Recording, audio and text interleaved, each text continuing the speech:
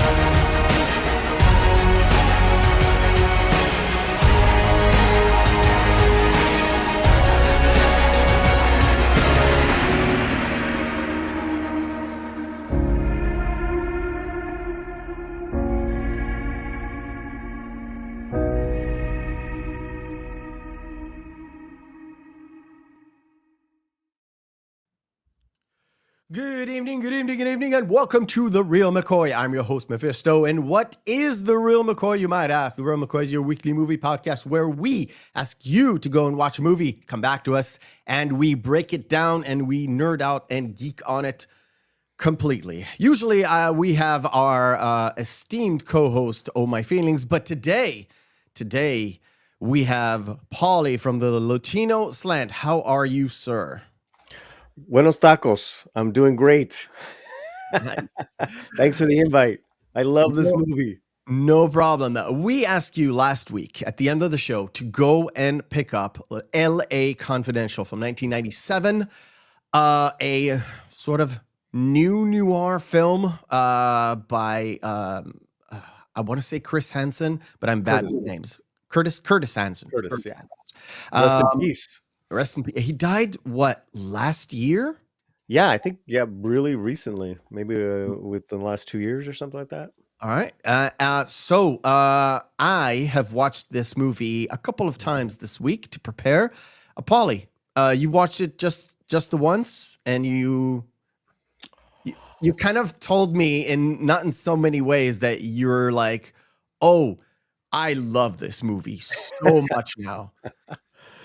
Well, it's a film I've always loved. I remember seeing it in the theaters back in '97, but recently it's been on Netflix. So oddly enough, I saw it a few weeks ago, and then when I saw your invite and like, oh, here's the movies, I'm like, I want to do L.A. Confidential.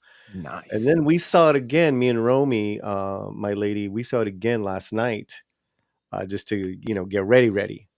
Yeah. And boy, let me tell you, it still bugs me today that Titanic won Best Picture over this film. Unreal.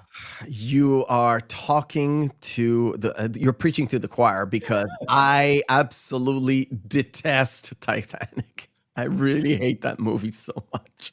Yeah, it's really strange. A couple of times in my life. Cinematically, I get it. Story-wise, yeah. I don't like DiCaprio as an actor. there's like a few roles I like him in. So that's a personal choice. But let's say hello to our lovely crowd here. Daisy Williams. We've got Becky. We've got James Dosher in the house. Who do we got? We got well, that's it basically. And of course the lurkers, because the lurkers are the backbone of any stream. All right, we do what we do every single time as we open up the show. We go into a little segment called Behind the Screens. Sound production, take 2.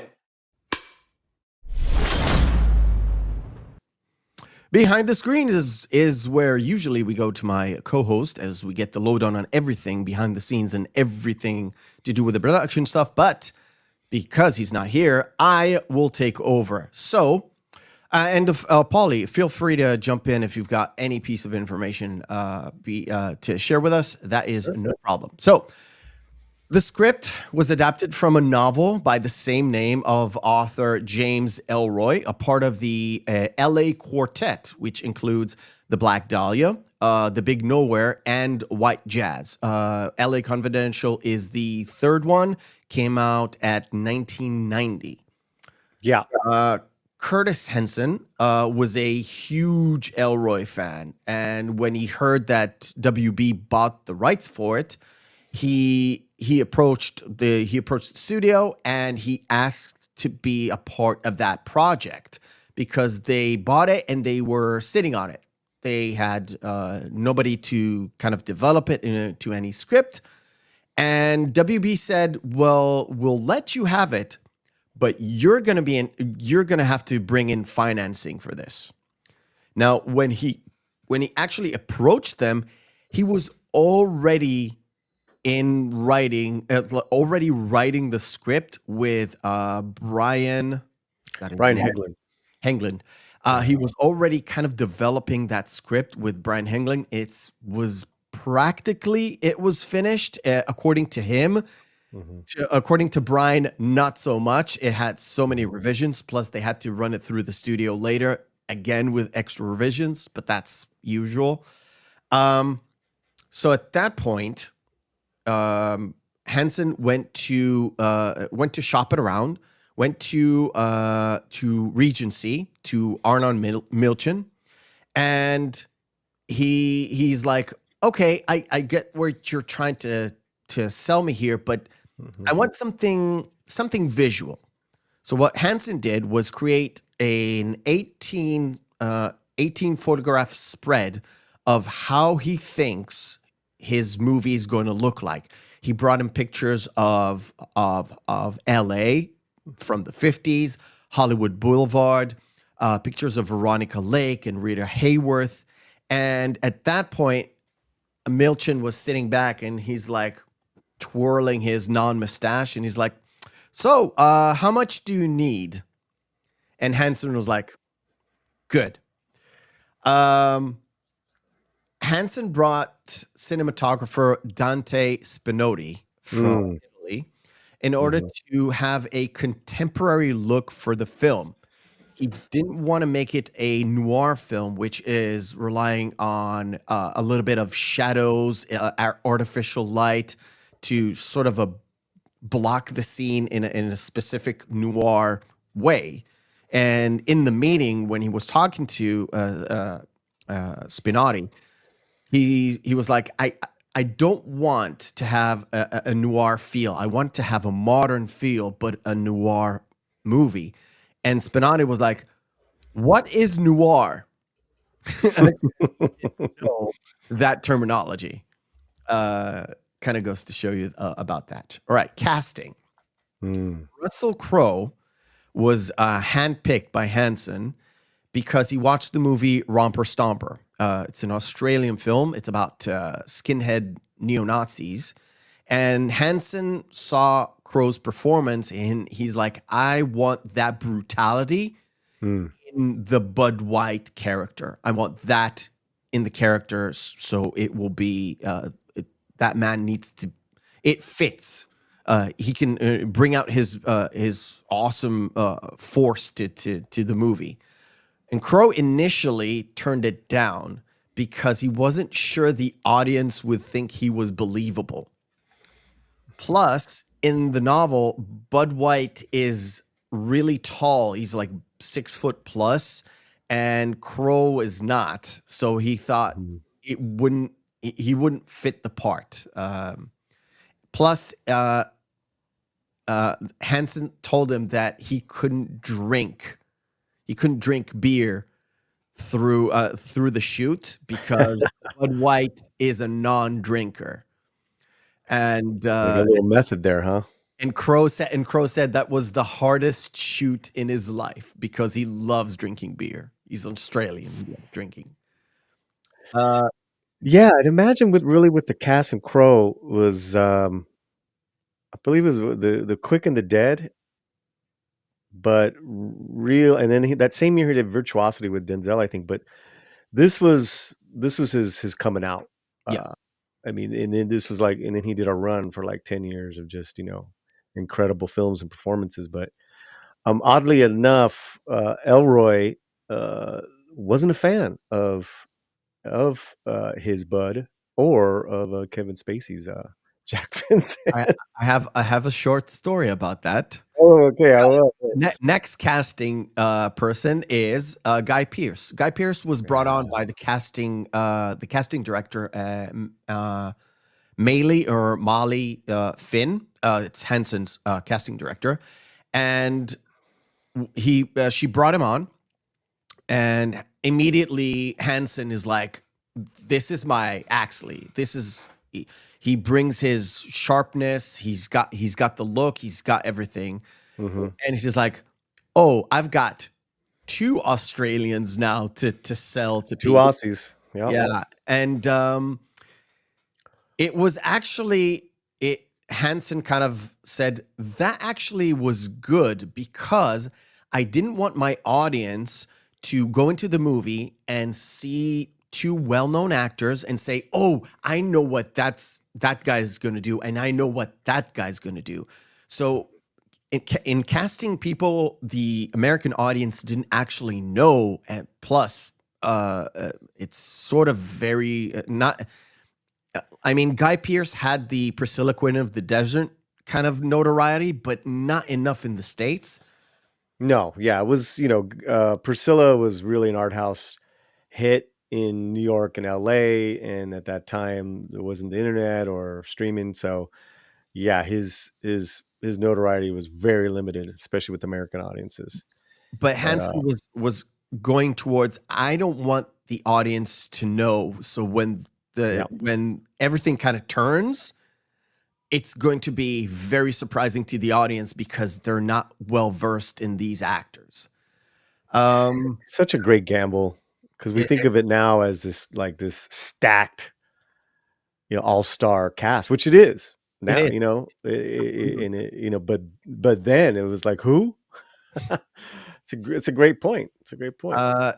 Kim Basinger. By the way, when I actually saw this in the theater. I was at the time I was 17, 18, no, 17 or 16. Wow. When it came out. But I had a great buddy of mine who we went to everything that came out from 94 to 99. We went to the movies. Went every day, huh? Not every day, but every weekend. And every weekend, yeah. When I was in the Army, every weekend that I could just get a weekend out. I was like, I have to go see at least a couple of movies, at least. So we saw, at that time, I saw plenty of movies. Plus, I had another friend who his mom was a director at a TV director, but she got free tickets to every art house movie ever. Sweet. So and there was a specific place that just played art house stuff. So we went to see the weird, quirky, artsy stuff and also blockbuster stuff. I had a friend for that and a friend for that. The artsy friend took me to Pulp Fiction when I was not supposed to be in a Pulp Fiction theater. No. Which was absolutely great. Yeah, I was pretty young when Pulp Fiction came out. I was 24. Yeah. But I'm curious, because you mentioned Pulp Fiction and this one, and then of course during that time frame there was Heat, both very LA specific, movies. What was your impression of Hollywood and LA watching LA Confidential as someone who's not from the States? I mean, that's pretty cool.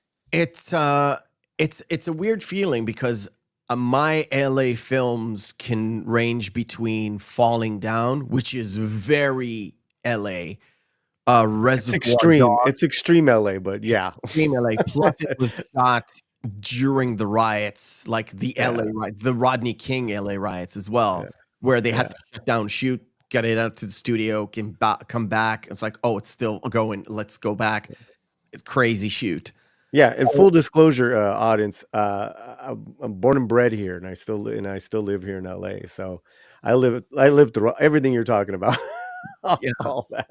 It's Yeah. it's kind of it's a weird experience because my cultural background is not necessarily I love Hollywood films, but I do love my British comedies or British TV stuff. So I've got that sort of world coming Yeah. on.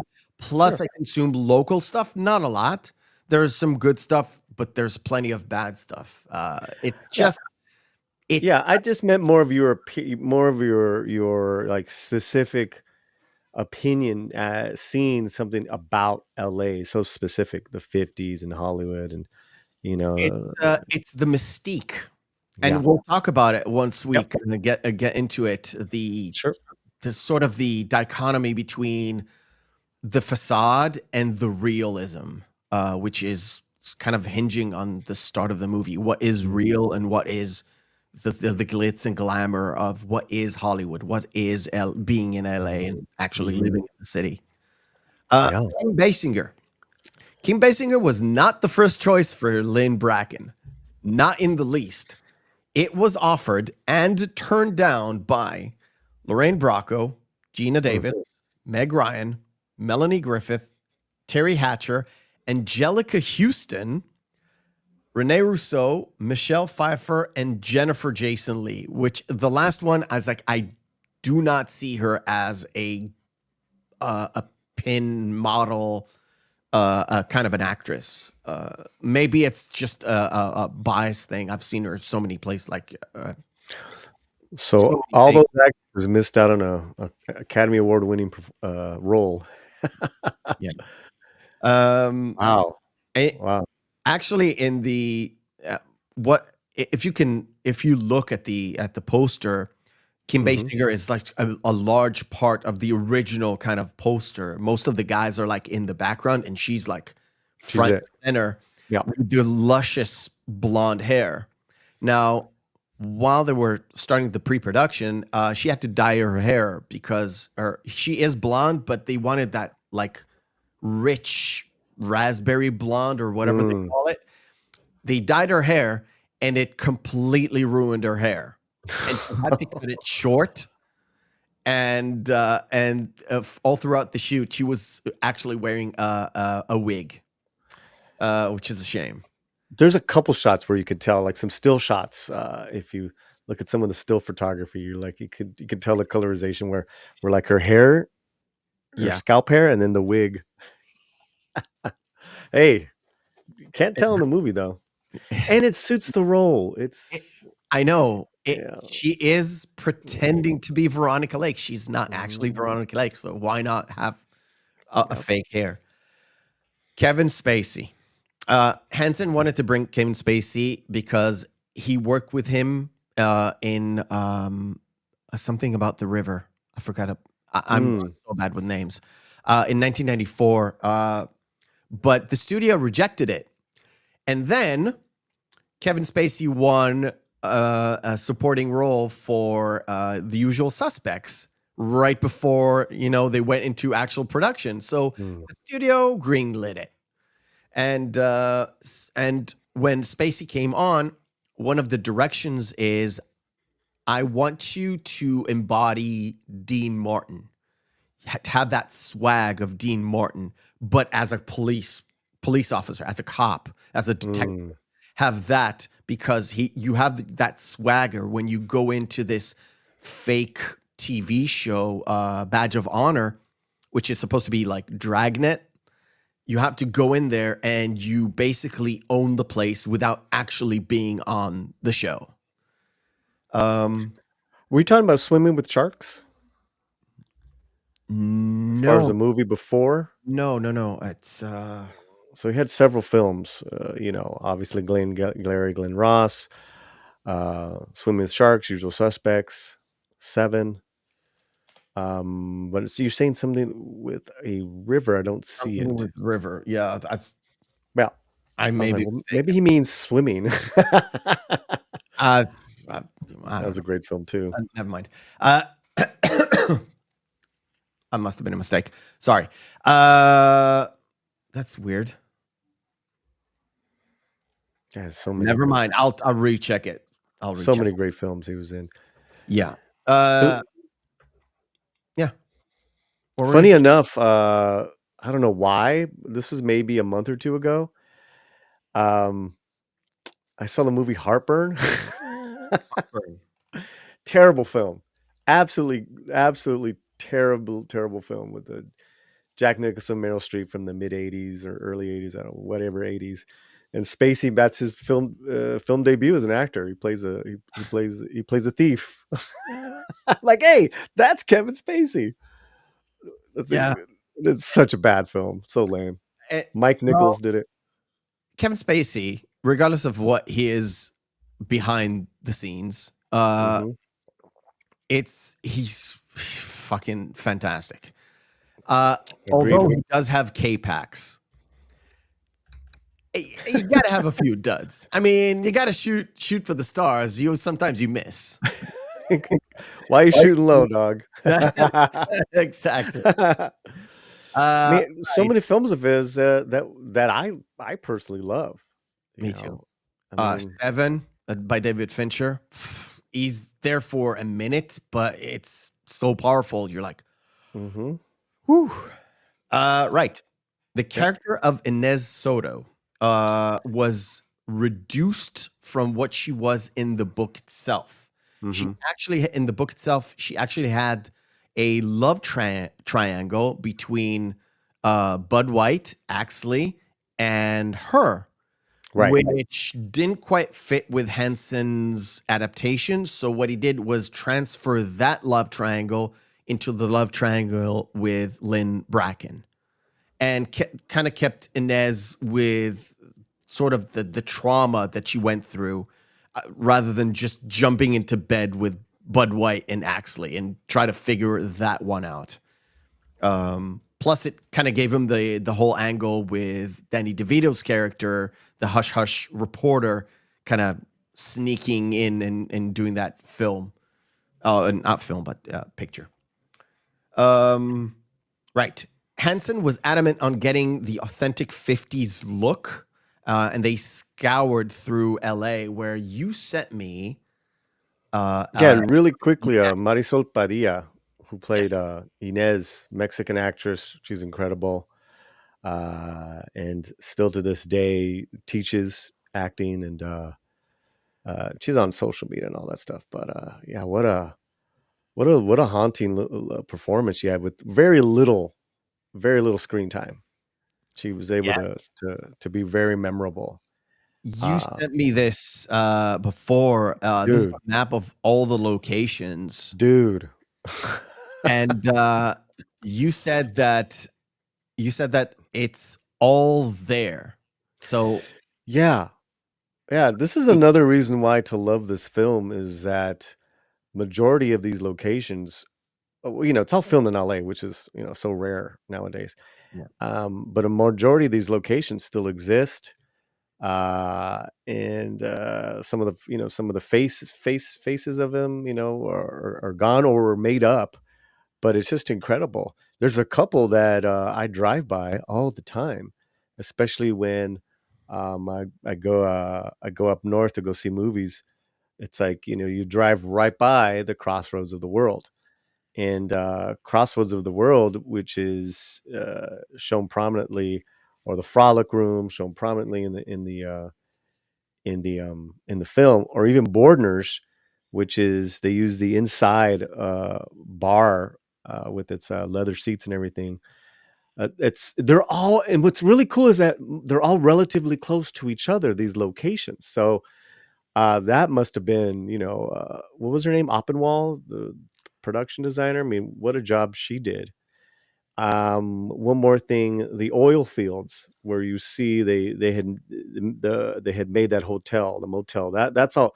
The motels are made up, but those oil fields, those are still there, and they are still like very provincial looking. Like it's like you like we're Question. at, yeah, Question. yeah, Because we have it on the list, but it's the list of we'll get to it someday. okay, Are there the same fields as in Beverly Hills Cop 2, or was it a completely different location? the same, The same. the Okay. same. I know exactly how they look. Because Yeah. So, and they're not huge, but because of the location, it looks like they just go on forever because they're on the Baldwin Hills bluff, and depending on which way you look, you're looking towards Los Angeles International Airport, or you're looking towards the Hollywood sign, and uh, you can again out there's a Stalker Street is the with the no, not a Stalker Street. I'll use that street to cut through to get to a different, movie theater, get to a different part of Culver City. You're driving right through those fields. And you take the little side road. I believe, is it La Brea? Doesn't matter. It's like automatically you're like you're in a time capsule. You're like, whoa, this is cool. LA has a lot of that. That's why a lot of those old buildings, East Hollywood, those are still there, and from the what I, architecture is really cool. from Mhm, what I've read, I don't have it in my notes, but it's something that I've read and I've kind of stuck in my mind. One of mhm, the things that for the different shoots, they were going for that authentic 50s look, and at the mhm, time, even if it was 97, there were those locations, and they found those places that were very authentic 50s look, 50s architecture. But the stuff that they actually wanted was I'm not sure if it was mostly Mexican or Latino kind of neighborhood, that everything there was authentic. Everything was cool, and they wanted to shoot in that area. And mhm. when they got to that area, it was half kind of destroyed because the people sold out for like private development at that time. Mhm. It was called neighborhood renewal. But Yeah. but it kind of like Hanson was like, I know this place. I've been through. I've drove through this place. These are beautiful neighborhoods from like old kind of Spanish architecture. That's basically Well, you had modern. everything from Spanish to Victorian. And a lot of those neighborhoods, Angelino Heights, Boyle Heights, Lincoln Heights, they are still relatively unchanged. There's some like business corners and some development, especially now that they have the metro lines, the light rail Yeah. um, uh, built in that goes from Pasadena downtown. But still, the majority of those hilly neighborhoods that are really old LA, they're still there. Where I live in, which is Midtown, it's a majority older black neighborhoods. These houses are amazing. They're still there. They're still here. All right. And yeah, yeah, it's slowly changing here and there. Of course, the rent's going up a little bit here and there, but if you're kind of like if you've there's still a lot of families that are holding on to these houses. But yeah, but back to that, that's interesting in regards to what you said about urban renewal, Yep. neighborhood renewal, because that happened a lot in downtown, especially in the film. They talk about going to Bunker Hill. I remember in Yes. this, yeah. So Yes. Bunker Hill as a neighborhood of people, that doesn't exist. It was completely bamboozled, and what was built there is the Amundsen, the Dorothy Chandler Pavilion, the Music Center, like That's really high development. That's not just building no a skyscraper and all right that. because it's right in downtown. And you got to understand, downtown LA was so heavily segregated, as was LA, which is in the movie and in Elroy's writings a lot. Depending on what Hollywood station you manned, who you were dealing with as far as whether it was Mexican or black or white. Yeah, just incredible, man. I love this slice of 50s LA, Los Angeles, and Hollywood, not just Hollywood, and LA. All right. And before we jump into the movie, we kind of mentioned, you kind of mentioned on the DMs, there is that Mexican angle. And we're referring to The Bloody Christmas. If you've seen the movie, you should have seen the movie before watching this show. The Bloody Christmas was actually based on a real thing that happened. It was about 7 Mexican men they were drinking around a neighborhood that was predominantly white or mostly only white. And the neighbors were like, we ain't gonna get these drunk Mexicans out of here. We don't like them. So they call the cops, and the cops were like, oh, hell yeah, it's time to like go. They tried to arrest them, but the guys were not having it. They had a lot of a scuffle. I wanted to say a little, but it's quite a bit of a scuffle, and they actually managed to run away from the cops. And the cops went to most the Latino neighborhoods and plucked them out, brought them to jail, and beat the ever-living shit out of them. So much so that even back then, 93 officers were either transferred, 93 transferred or suspended. Yeah. None of them went to jail though. No. Because 50s LA. And you yeah, can definitely feel that in the movie. yeah, and I really respect that as far as Hanson, not color coding it, or making it pretty. Excuse me, making it pretty was the even this whole idea of being a person of integrity or a person of principle that Bud White and Edward were always trying to come to terms with. They were in conflict with. They all had their things, but in the books, I mean, this is relatively tame compared to the book, right? I mean, these, Yes. but that's okay. So, you got to understand, in 50s LA was still incredibly segregated. You did not, after a certain time of day, you did not belong in certain neighborhoods anymore. You had to go back home. And in regards to the LAPD, in their relatively, I would say 20, 30 years history with the Mexican and Spanish population there, it was always one of language misunderstanding, a lot of misunderstandings, and a lot of, like you said, just kind of propped up and put those charges on the Mexican kids or the black kids. Yeah. Which is history. Like it's historically documented well with the God, what's the murder I'm thinking of in the 40s? The Third Not Street Black Gang. Dahlia though. No, a couple of years before, but it's the same generation of the older, like Meeks and I forgot his partner's name. Don't ask me names, but yeah. His partner, so Bud White's partner, who are the older Stanland. Stanlin. So that generation, those were the guys that were the first to really start,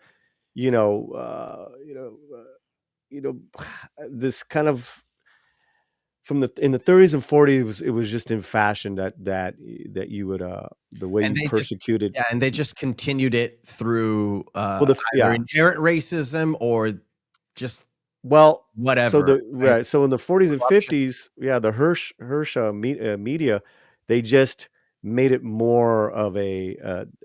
They're the ones that labeled Mexicans now gang members, and that's when the prison complex started, and that's when 50s and 60s on, it was a different ball game. 30s and 40s was more of a provincial kind of neighborhood clubs of men that, really just got in trouble on the streets, but they weren't part of any syndicate or anything like that. But they always had problems with the cops. And Zoot, the movie Zoot Suit, Sleepy Lagoon Murder. That's it. Sleepy Lagoon. Okay. I got Sleepy Lagoon is kind of like that precursor to what we saw here, and in the sentiment and how these men who there were the cops getting all drunk at the beginning of the film. They got all these Mexicans down there. Let's go. They beat up home. Let's go get them. And it was on, that's how it was. And it was great to see. I believe his name is the character actor Ralph Carter, which is really funny. He's the Mexican guy that says, "Chinga tu madre" to. Oh, I'm sorry. I don't know if I was supposed to. Fine. It's okay. I've already cursed 7 million times. To Russell Crowe's character, and remember, Russell Crowe's trying to stop them, right? Yeah, and then he says that, yeah. and your mother too. And then Russell Crowe lays in on that actor. That actor still has been in Jurassic Park. He's been in everything, man. You've seen him, and he always has a line or two, always one line or two. But that guy is still to this day acting. So that's really cool. That's a great scene. And you saw where they threw Guy Pearce's character into a hole. Yeah. Because, hey, you ain't getting in the way of this. Get the hell out of the way. And that of course, he had a motive of revenge. Now to the other cops, he could care less that they despise them because they did that to him. Yep. And then, of course, you see Kevin Spacey's, his MO is once you bloody his clothes, hey, it's on. Yeah, it's. I was going to touch upon that when we get to it, but it's it's sort of that three-prong. That scene tells you a lot about those three characters. Bud White, Yep. It's all about don't disrespect women, especially don't disrespect my mom. We don't know about his mom yet, but that set him off. Kevin Spacey's character is the one who is vain. His vanity is this thing. So when you disrespect his vanity, he gets into the mix. Yeah. And great characters. Goody Two Shoes, the people who disrespected him is not the Mexicans, is his own people. So he disrespects them back throughout until it turns. He kind of realizes Bud is not that guy. Yeah, who's the ultimate villain here? Yeah. Right. And who's the ultimate villain? The captain. Well, it's spoilers. We don't. Yeah, we're talking. Yeah, crowd. You needed to go and watch the movie and then listen. And if you haven't, just stop and go watch.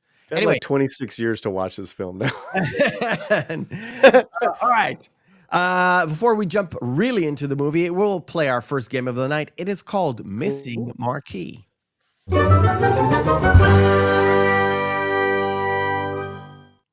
Missing Marquee is where we take 10 posters of movies, have their text written off.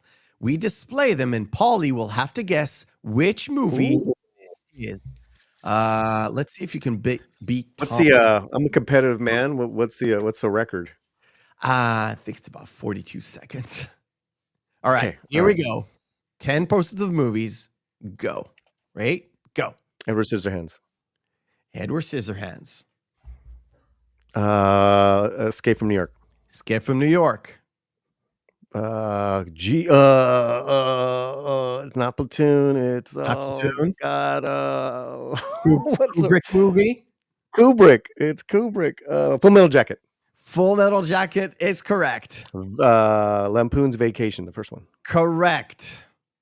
Spawn. Spawn. Ooh. The Island. The Island.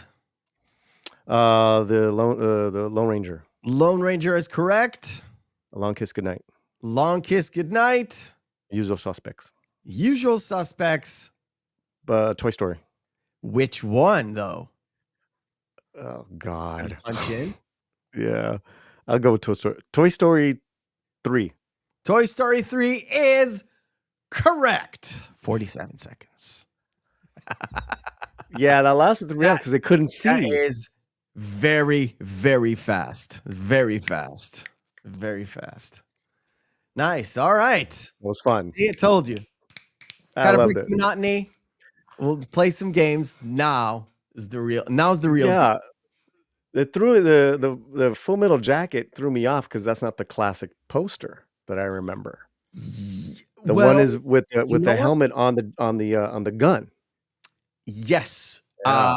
I've managed to run into about four different posters. Wow.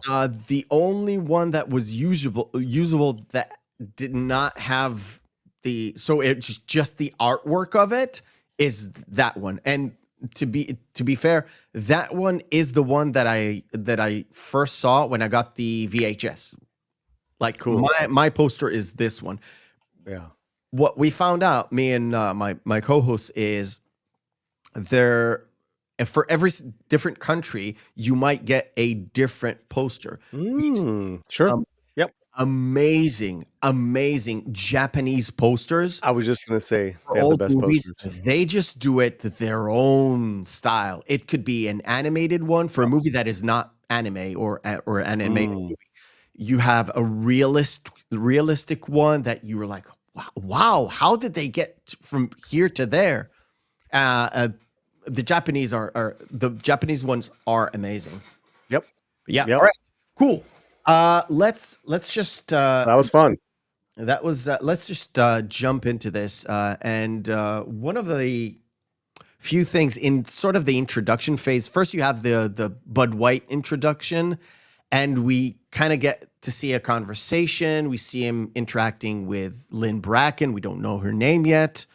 And we get to see Bud White sort of his reaction to people who beat up women. So we get a full breadth of his character. First, we see him outside of a house, kind of looking into this guy who's on parole, who's messing and abusing his wife. Mhm. And he finds a way, very, not so savory way, but a way to get the man to come out and try to take a swing at him. So now it's, it's all kosher. It's all up and up because he swung first. And he takes care of him, goes out to this liquor store and sees this girl with a nose. It's sort of, to me, I've seen the movie before, but to me, if I didn't see the movie Mhm. and my mind was, this is LA, this girl was not being abused. This girl just had a nose job. Not because I knew it. To me, it kind of looked that way, Mhm. but of course, Bud thinks she got clocked in the head, and he's like going through those motions, and we get the introduction of Meeks. Now, Meeks and Strayland, Bud's partner, are a part of a novel that came before L.A. Confidential called The Big Nowhere.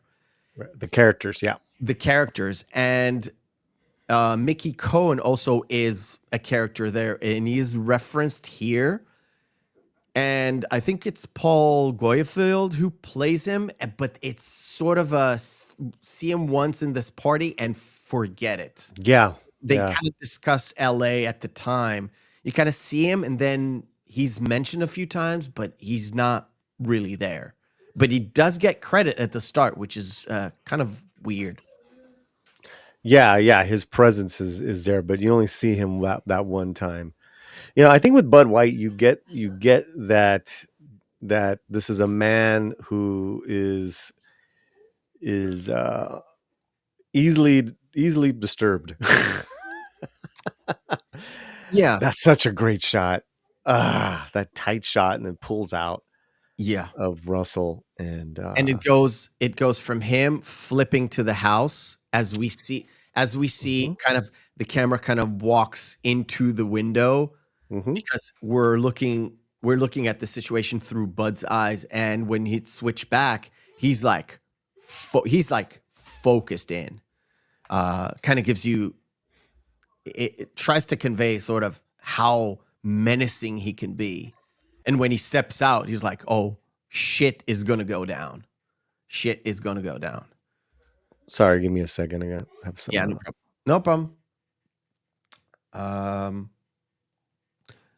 And I'll continue. And then we see Axley's character as he talks to the captain, and we get to see, we get to kind of get the feel of his character. He's a son of a cop. The cop died.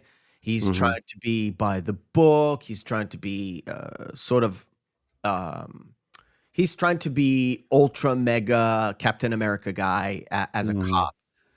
And the one thing that kind of, and it's a great setup for the ending of the movie is he's doing such a great job being I think he's a desk sergeant or a booking sergeant, something like that, and he's so good.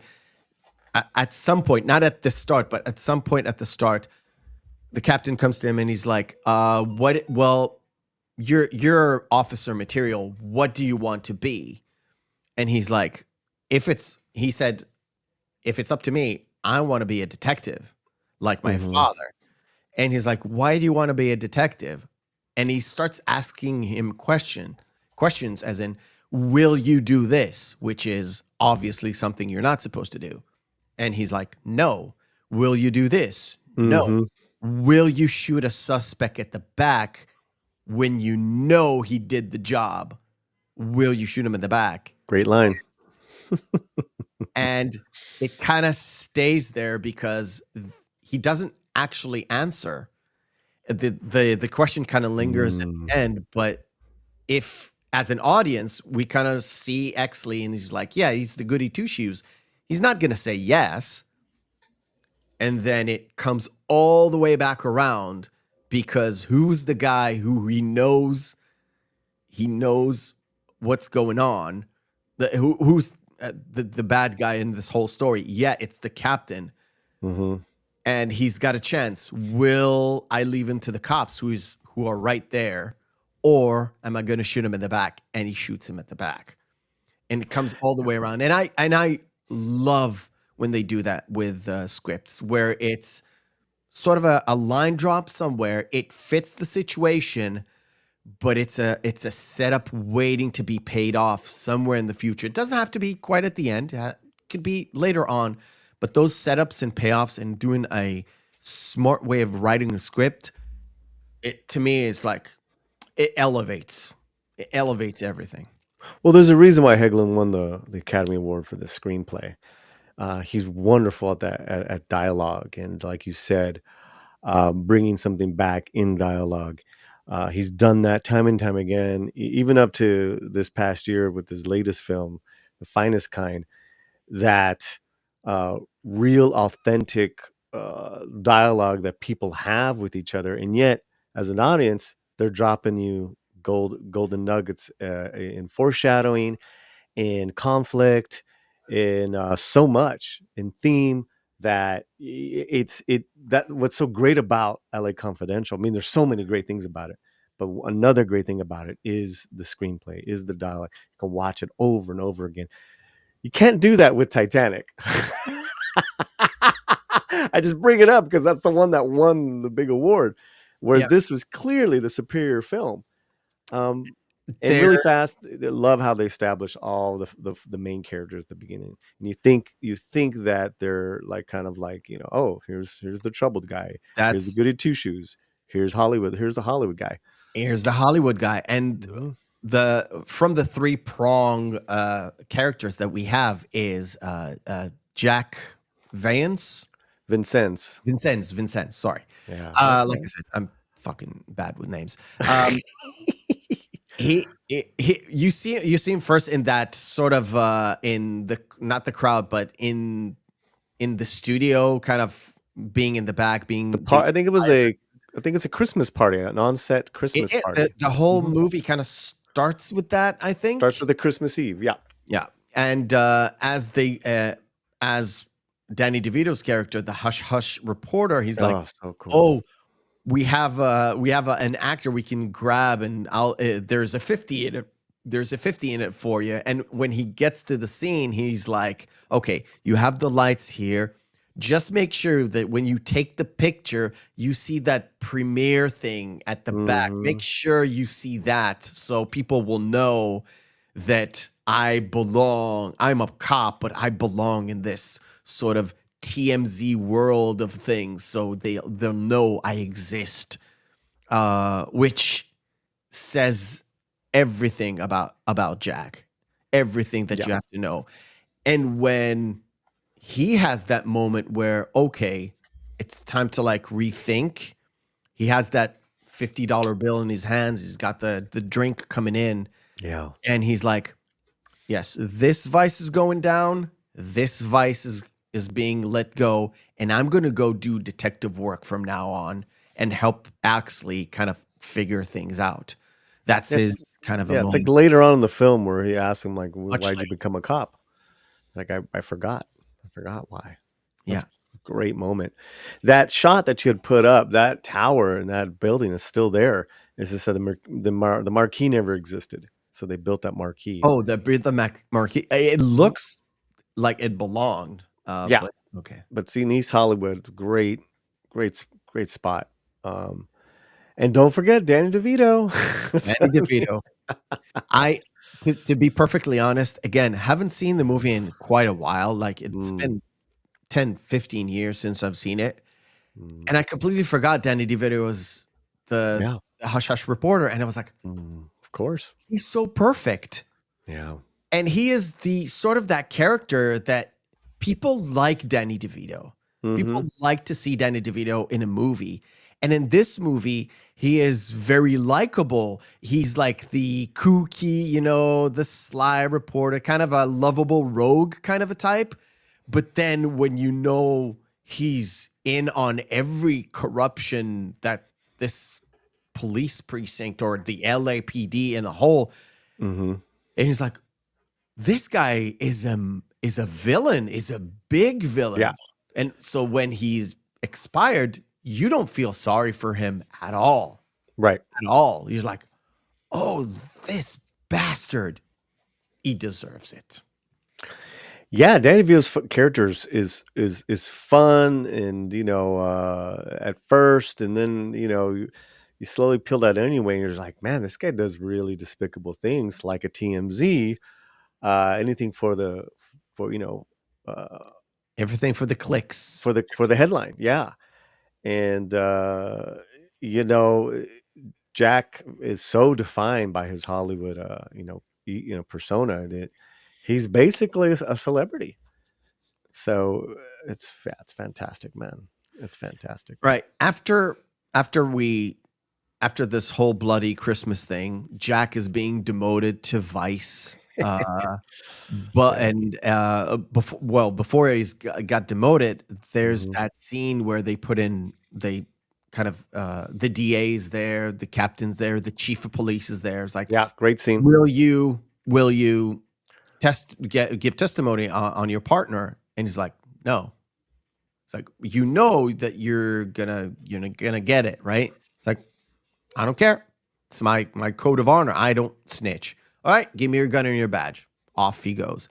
Axley comes in, same question, immediately. And as we expect him to do, it's like, yes, I'll do it. I'll rat on everybody else. And then they put him in that back room to see what Jack is gonna say. And when Jack goes into the room, he immediately goes to the one-sided mirror. He's like, I know who's there. And he's, negotiating. As in, Bud is like, I'm this, Axley is this, and Jack is. Well, before they bring Kevin Spacey characters in, what Axley does is like he comes in, like, you're gonna rat, yes, but here's how we'll do it. So he immediately, because he's really, the next. They see him as the future of the force. That's why they're in love with him. All the old guard. Because he's not just a goody two shoes. He's a great politician, Oh And they yeah, mentioned that a he's few times. brilliant. He's calculated. He knows strategy. So the strategy is Jack will bend the knee if you say you're off the Hollywood set. And sure enough, when they bring that up, you see the look in Spacey's face fall out because he's so cocky. No, I'm not gonna snitch. And then it's just what? Yeah. You do not take away my Hollywood. I was like, that was so good. All That right. was fantastic. Yeah. We're gonna move a little bit forward because we get to see Bud and Axley and Jack kind of going through the next phase. And Mhm. then of course we have the Night Owl murders. Now I can't really show the bodies and everything, but so I'll show this as Mhm. kind of Axley's first foray into this. He kind of meets with the cop. He's like, okay, don't touch anything, don't do anything. As you can see him taking out his handkerchief because back then, no gloves, no thing. But Axley is sort of aware of the fact that he doesn't want to give any fingerprints or any messing about because this is kind of serious. They found out the bodies and immediately, sort of like you would expect this even from LAPD today. And by the way, Mhm. when Guy Pearce had a ride along with LAPD back then, uh, he wanted to leave in the middle because the cop that they assigned him with, he said that he was a complete racist. Yeah. Like, I don't want to be with this guy at all. And that was 96. Like Right. 96. Like, I don't want to be with this guy. I don't want to tour with this guy. This guy's fucking insane. I want it off. But actually kind of discovers the body, and immediately they go into this thing where if you have any inkling of how PD used to work and how profiling used to be, it's like, oh, it's shotguns, so it's probably 3 black guys from the hood, Mhm. would drive by and they took the money. And so, of course, they found these witnesses from somewhere that they said, well, there's 3 black guys in a maroon car. Immediately, it goes all over the place. And you know, Bud, the entire force is kind of huddled about. The captain is like, okay, our guys is there. The chief is there as well because it's a cop is being gunned down. And Yeah, the fatalities include just the one cop. So of course everyone's there mhm. going crazy. But it was not only that, it's just how brutal it was for basically a coffee shop stick up. But wasn't the woman there also too? Yes. Right. It- Right. she was his sort of date for the night. She was the fleur de lis lady. Great. Man, so much good stuff going on. It was good. And this is where kind of Bud White's character, you see him a little bit starting to kind of turn from the brute because we see Mhm. him beating up this guy in this abandoned motel, kind of letting us know that the captain is pretty much corrupt, but he's doing this for justice. We want justice. We don't care about the law. We just want justice. As Mhm.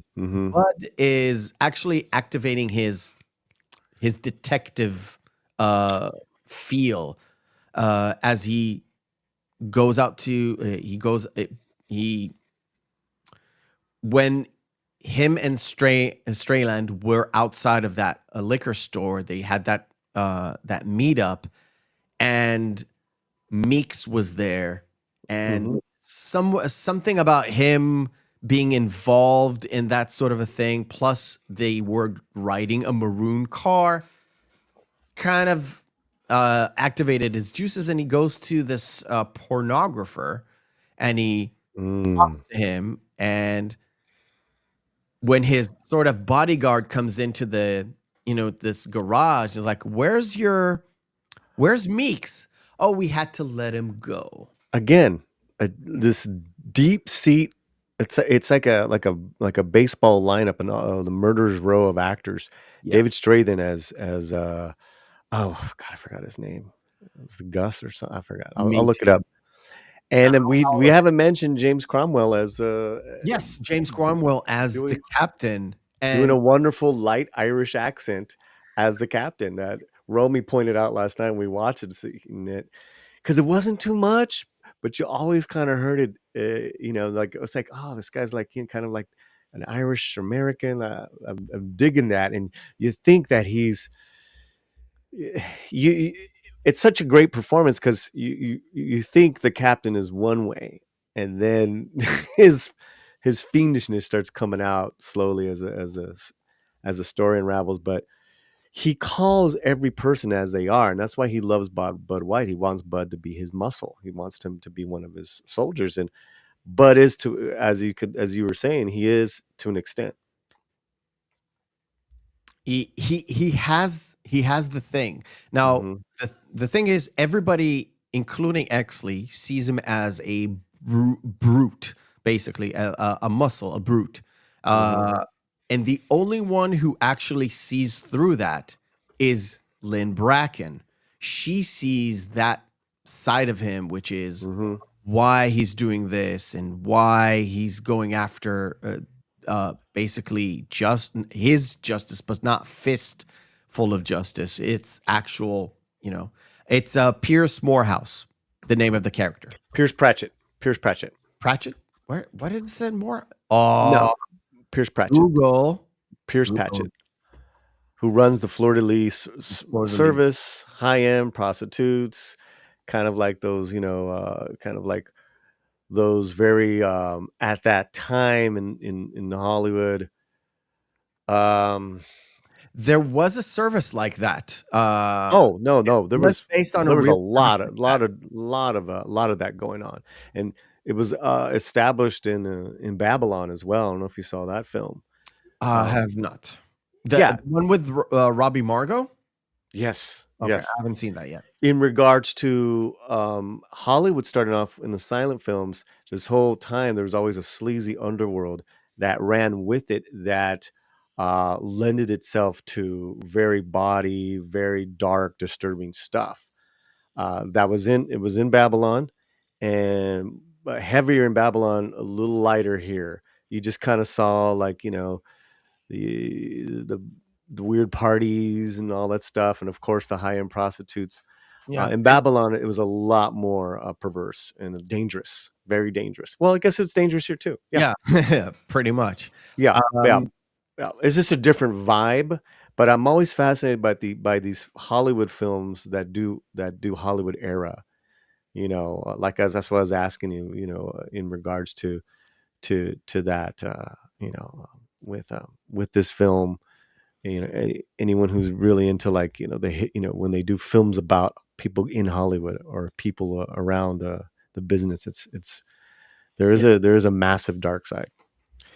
um, of course, after he talks to Pierce, he goes to Lynn Bracken. I kind of jumped again a little bit forward because we can Yeah.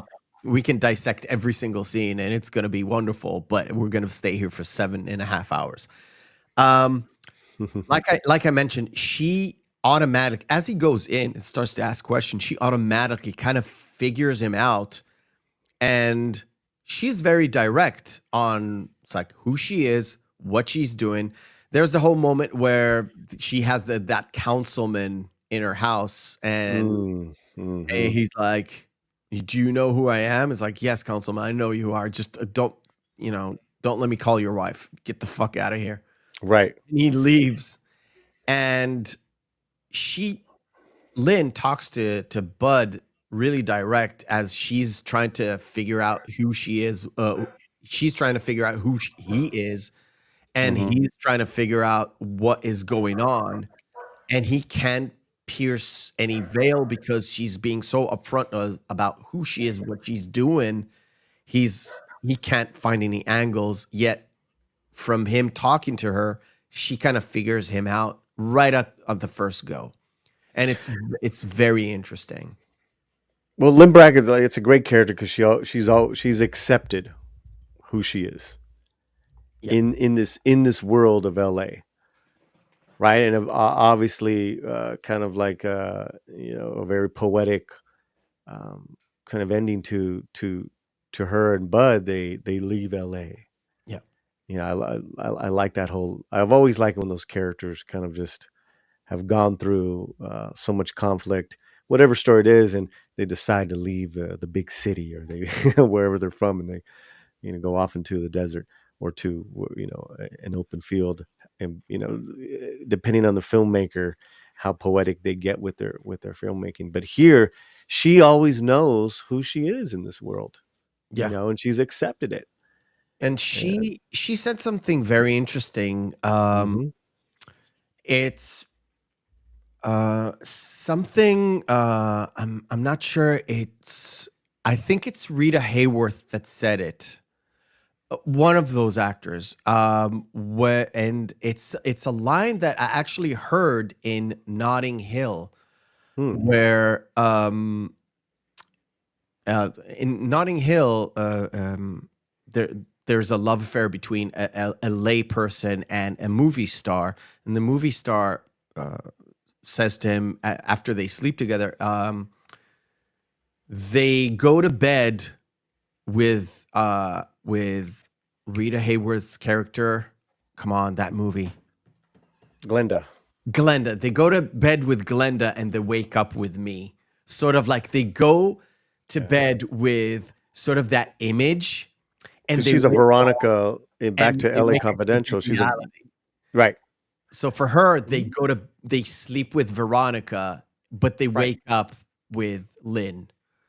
The Uh, language too, that because he's very Bud White's character, Russell Crowe. He's very he's not nice to her at first, and he says very mean things about what she does at first. She never takes it personally.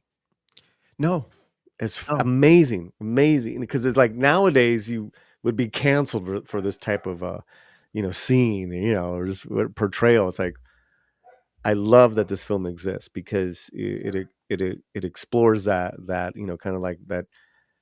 I mean, she's a high end prostitute, for lack of better words, and but the Patch even says that's kind of vulgar.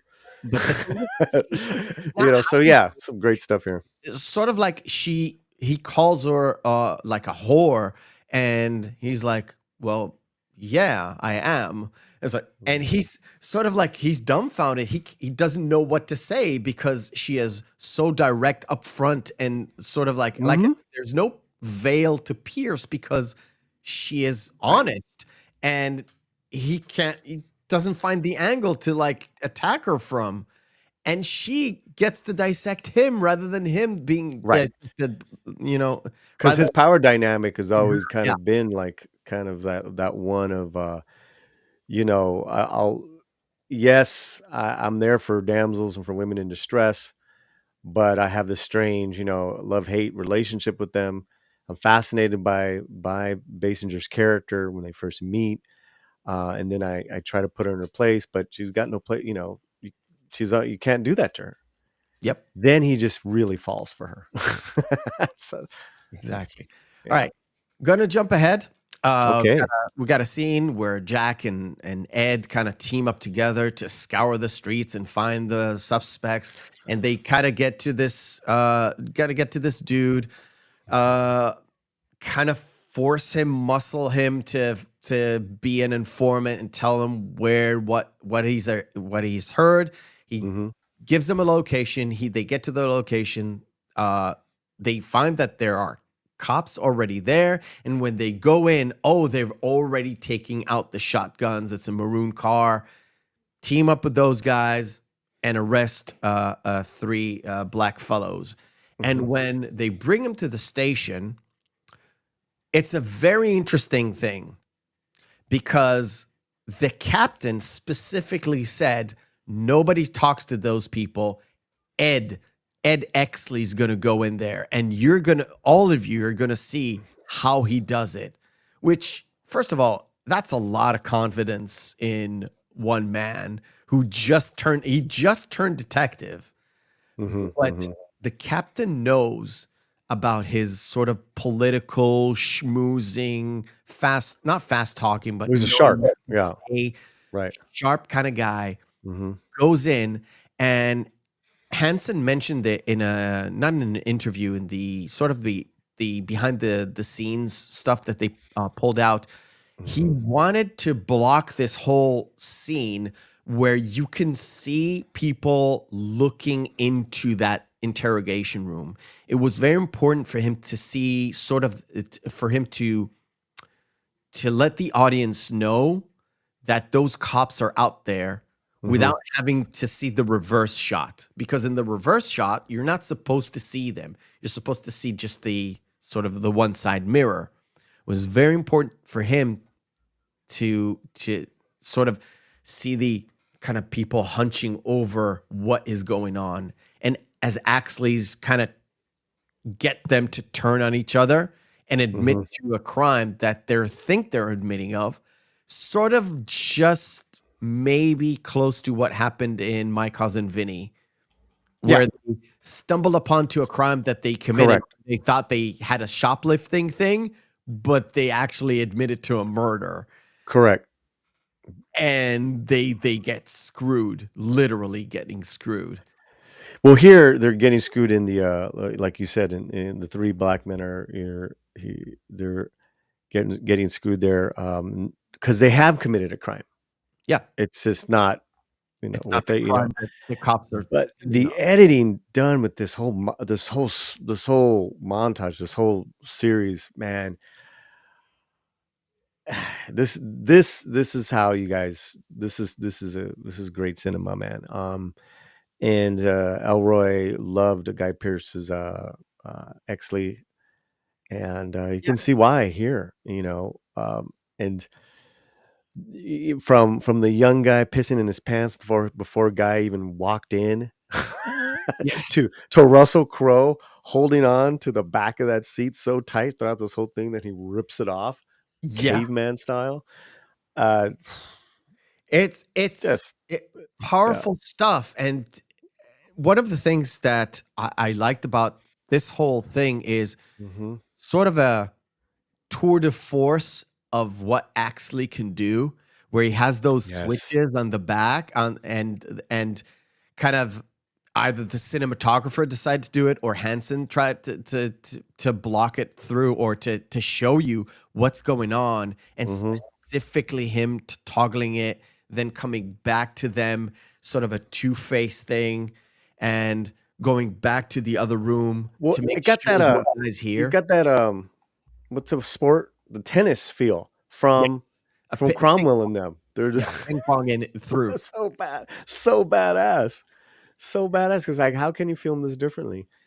And yeah, they confess to a different crime, but then actually gets it that these guys are talking about totally different crime.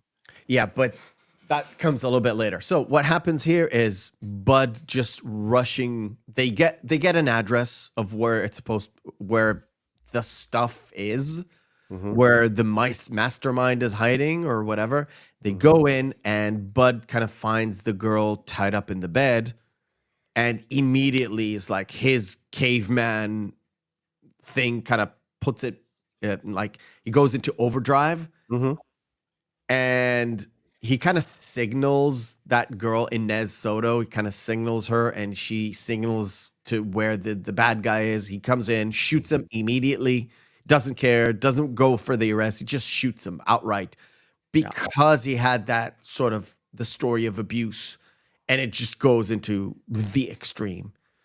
Well, guy and saves the girl. Russell walks into this room where Inez is tied up, bloodied. You see the bloodied areas all over the bed and she's only acting with her eyes, which I think again is why Inez Marisol did such, because she has these even she's Mexican, she's got these what do you call it, colored eyes? I forgot the word. Crystal eyes. I don't know. She has like between blue and green eyes. Right. So striking. And she looks at Russell and she just looks there like he's over there. And he nods, and he's Immediately goes into overdrive. Yeah. yeah. I'm going to Yeah. jump forward. Okay. I'm going to jump forward. This is the point where sort of everybody gets congratulations. Axley gets a medal, blah, blah, blah, blah, blah, blah, blah. And Bud is, of course, going into this affair with Lynn, kind of deeper into the affair with Lynn, even though it's sort of a, not really good for him. We also get to see Bud kind of turning as well, along with Axley, along with all three of them at this point kind of turn where Axley gets a little bit more corrupted and going back to the drawing board, and Bud he has that sort of a brute or that thing that they do with the captain in that motel, and you see him in that motel and he's just standing there sweating and not really doing anything because he has second thoughts. Maybe he's rethinking it.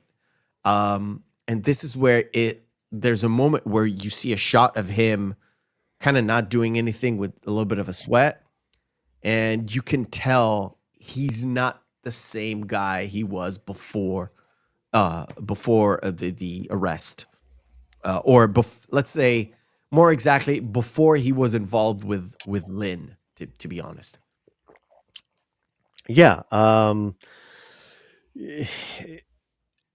His world's changing, right? yes, Purview, and he's got this relationship, as as strange as it is a relationship. They do care for each other. As in his eyes, it's in his eyes, it's a pure love. yeah. He's not the cheating type in regards to that. So yeah, you're seeing the onions being peeled. You're seeing his vulnerability coming out. And for Jack, it's a little bit different because he's the first thing he does. Well, we see the first thing he does. Well, he gets back into the show. Everybody's congratulating him, and then of course he gets approached by the Hush Hush reporter, by Danny DeVito's character, and he wants him to, let's say, have the DA in a vice, and it starts with trying to convince the actor that they just nailed at the start of the movie, so he has something on him to, do a specific job. And this is the first time Jack kind of hesitates. Not you can see him, he's not terribly comfortable with the whole idea, but he does agree because he loves the money, he loves the attention, he's very vain. So he goes along with it.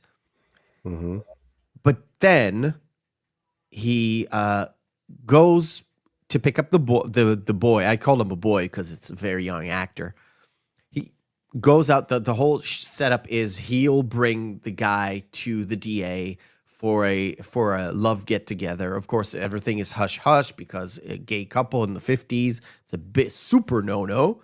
Especially a DA where you can get like good, you get good blackmail material on him. And he gets into the room and the guy's dead.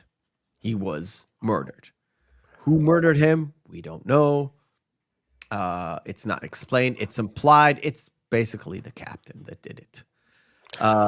And he's not just dead. I mean, his throat is severely slit. Yeah. And you see Ear to ear. the carpet has soaked up all the blood, and you see there's a reason why there's that shot on Simon Baker's face, because his corpse is dead, but his eyes are still open.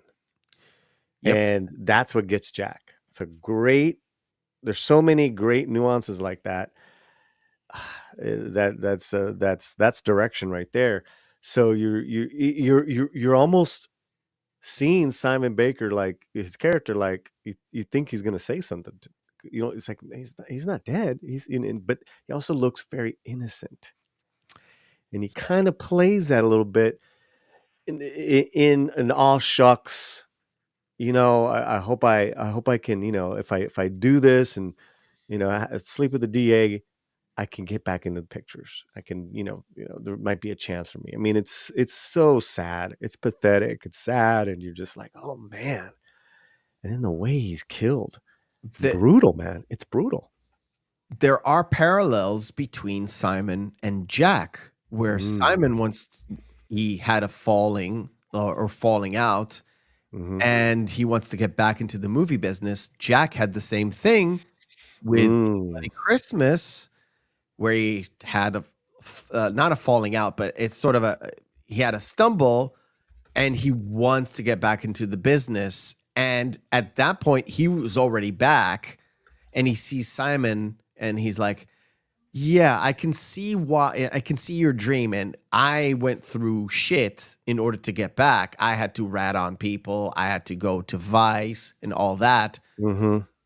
So you're going to have to bite the bullet and do this thing. He sees sort of a glimpse, a shadow of himself in this young actor. And when he dies, it's a shock to the system. And he goes to this bar. And as I said, he's looking at this 50 he got for doing this job.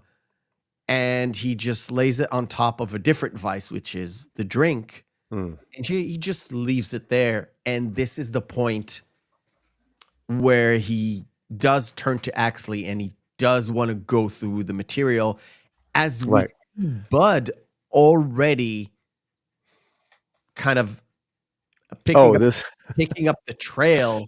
This guy in the basement was hilarious. Thank you.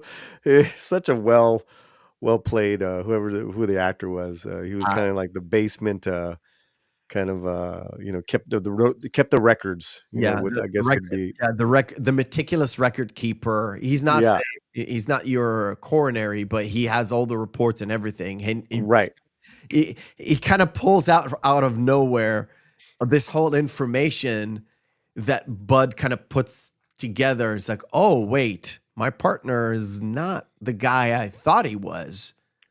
Because he brings out his older partner, which was Meeks, and then he mentions the girl and her having alterations as well, which Bud sees. He saw the bloody nose, and it kind of clicks to him. Oh, it's not that she took a hit; she was trying to be modeled after some sort of an actress, and that kind of pulls him into that world where he goes to the mother and finds Meeks's body, and he kind of follows that trail. Same goes for Axley, and because another great little performance was the mom. She was hilarious. Really good.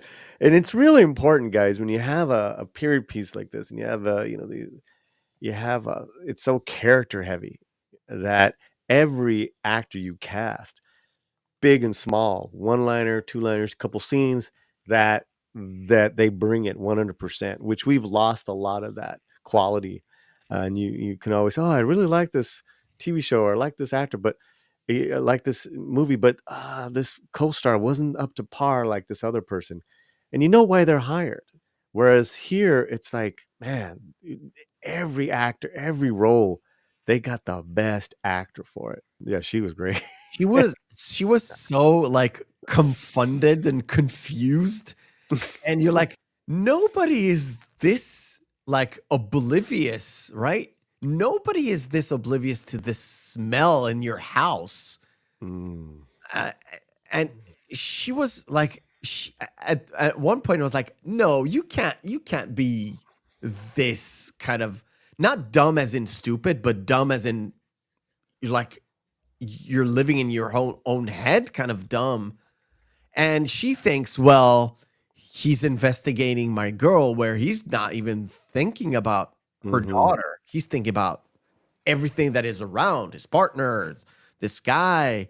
And he goes in, it's like, oh, what is that smell? I know that smell. Of course, a cop would know the smell of a body. Mm-hmm. where it's completely different from a smell of something else, just garbage or something else like that. And she even mentions it. Oh, it's probably a rat that was dead down below. It's like, no, Mm. no. No, it's not. First of all, it's not the same smell. Second of all, no, just no. But yeah, we'll just pause here because Okay. I want to play our second game of the night. So let me just set this up. All right. There and there. Window going there and there. Here we go. All right. Second game of the night. It is All called right. Screen Fighter. Round one, fight. There. I forgot. I have to put it manually. Anyway, Screen Fighter is where we take two movies, pit them together and see which one is the best one. If there's no discernible difference between the two, both of them are good or both of them are bad, we fall into our criteria, which is Friday evening, Saturday evening, out with the boys, out with the girls, out with your significant other. Two movies in a vacuum, just the two. Which one will you pop in? And chat participation is most welcome. Two movies, X-Men Days of Future Past or Moneyball. Paulie? Moneyball. Moneyball. Tell me why. Just a Um, few sentences. why is Moneyball superior than X-Men Days of Future Past? Oh God, put me on the spot. It is a great parallel, or no, that's not the right word. It's not a story about baseball. It's a story of a loss of a certain innocence and a kind of like transitioning to just a new world, as far as how to survive and how to, and he even says it, adapt or die. That when we're talking about um, baseball, we're talking about a once innocent sport that becomes a business, run by numbers. It's an incredible drama, and it it's it's another film where you can watch it and get so much off of the most minute, like small performances. So it's not. I don't even consider it a sports movie. It's a I wonderful drama. I love this movie. I haven't seen it in the theaters. I've only seen it when it came to cable, back when I had cable. Mm-hmm. Mm-hmm. And I was blown away. I was blown away. I was not like a sports movie. I'm not a big baseball fan. I didn't grow up with it, so it's I don't have like a childhood attachment to it. Although I do love my baseball movies like Field of Dreams and all that stuff. I do love that, but Moneyball didn't kind of pull me in. Watch the movie, and it is almost nothing to do with baseball. It's all about the game that is played behind the scenes. It is fascinating. It was very fascinating to take something that you considered sort of a pastime and a sport, Well, it's America's pastime. and condensing it into numbers. And that's exactly what they did here. Oh, and it parallels his character, because it's a true story that his Yeah. character was the number one draft pick in the late 70s, and he was going to be the next big thing, and he was a bust. Yep. So the fact that he gets how this business is, from the very personal, because he took a chance to go to Stanford and become a Stanford, professional level quarterback, which Billy Bean could have been, Yeah. to playing in the big show. He chose the big show and not going to the university. There's so much going on here. Yeah. And then how he changed the how baseball is played now, is managed, how teams are put together. He changed that almost single-handedly. Yep. And people hated him for it. People still hate him for it. Yep. Fantastic film. Next. And not to say I don't like X-Men. I do like that. Did like that movie. Yeah, it's not a bad. Like I said, it's not a bad movie. It's like basically, what do you prefer? I have not seen Ava, so we'll switch. Neither have I. Come on. Website is not working well today. Come on. Oh yeah. It's an old Technology is such a website. beast. It's an old Ooh. website. Limitless or Sound of Music? I mean, as much as I like Limitless, that was a pretty cool film. You know, there's no, it's not even a choice. There's no decision, hesitation here. The Sound of Music. Well, there is a choice because it jumped Oh. on. It jumped on me, but I would pick Limitless because I don't like musicals. I really don't. It's a classic movie. I'll give you that, but it's no. Right. Beyond a musical, I mean, or the story is riveting. The story is riveting. I Take the music out. Like take right. That's it. See, that's what a lot of people that don't get musicals don't understand is that there's an actual story going on. Whether it's, you know, so anyways, the story is I'll be in the minority on this. I know Sound of Music is one of the most beloved musicals out there. it's just a heartbreaking story, but you know there's I some know. hope, and then so yeah, I mean, Limitless was cool, but nah. All right, we can let's go on. Clerks 2 or Lethal Weapon 3. Lethal Weapon 3. Yeah.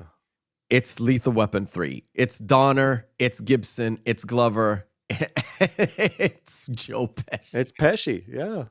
What Leo wants, Leo gets. Yeah. Right. Beautiful. Oh my Wild gosh. Hogs or Beowulf. You know what's really funny? I have not seen Paulie. either of these films. Oh, first of all, I'm gonna keep this one. Wild Hogs is immensely dumb. Like it is very dumb. The story makes absolutely no sense. These Right. guys are completely unbelievable as sort of you don't believe they're friends. And they're supposed to be like long-term friends. Beowulf, however, the movie is not good because the CGI is not good. The story is, in my opinion, of course. Sure. Just the CGI ruins it. It's the uncanny valley. That's the problem with it. But I would watch Beowulf any day. Wild Hogs it's not good. Right. Anchorman or The Many Adventures of Winnie the Pooh, which is, I think, the third one, but I'm not sure. Yeah, I can't poo-poo on my childhood. It's Winnie the Pooh. All right. All the way. For me, it's Winnie the Pooh. I love Anchorman. Anchorman is funny. I don't like Will Ferrell at all. At all. Well, he's ruined his own. I don't like him. Yeah. There's a few specific roles I like him in, but I don't like him. Right. That's our last couple. That's our last couple. It's Toy Story the original or The Aviator. This one's tough. Yep. Again, a lot of L.A. Hollywood stories in The Aviator. Yeah. Scorsese. Then you got Scorsese or Lasseter. Which one? Yeah, I'm leaning towards Toy Story. Even as wait a minute, let me think about it. God, The Aviator is To Infinity and both of them kind of said to Infinity and Beyond. Both Howard Hughes. Both of them do go Infinity, yeah, and they're both seminal. You know, like see, I'm also saying, well, what was before it? Like, Toy Story was like such a game changer. Was Aviator? I mean, it's such a great film. I'm kind of torn. Both of them. All right, I'm gonna give you my opinion. Yeah, I don't particularly like Pixar movies. It is not that they're bad. Some of them are for me, some of them are not. Toy Story is for me. I liked it very much when it came out. I am in the generation that we already had a computer in the house, so animation, all that stuff kind of played into, oh, this is not your typical Disney animation stuff. I don't particularly like Disney animation, so I didn't like the let's say the newer stuff. I was not on Aladdin, and like I saw it way later on. Wasn't fan of The Lion King. Wasn't fan of the Little Mermaid. It wasn't for me. I liked other things back in the day.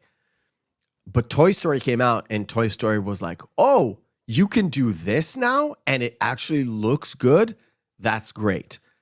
On the other side, Aviator, I've not seen it in the theaters because, again, this is Leonardo DiCaprio. I just don't like him. I still don't particularly like him in The Aviator. I like everyone around him.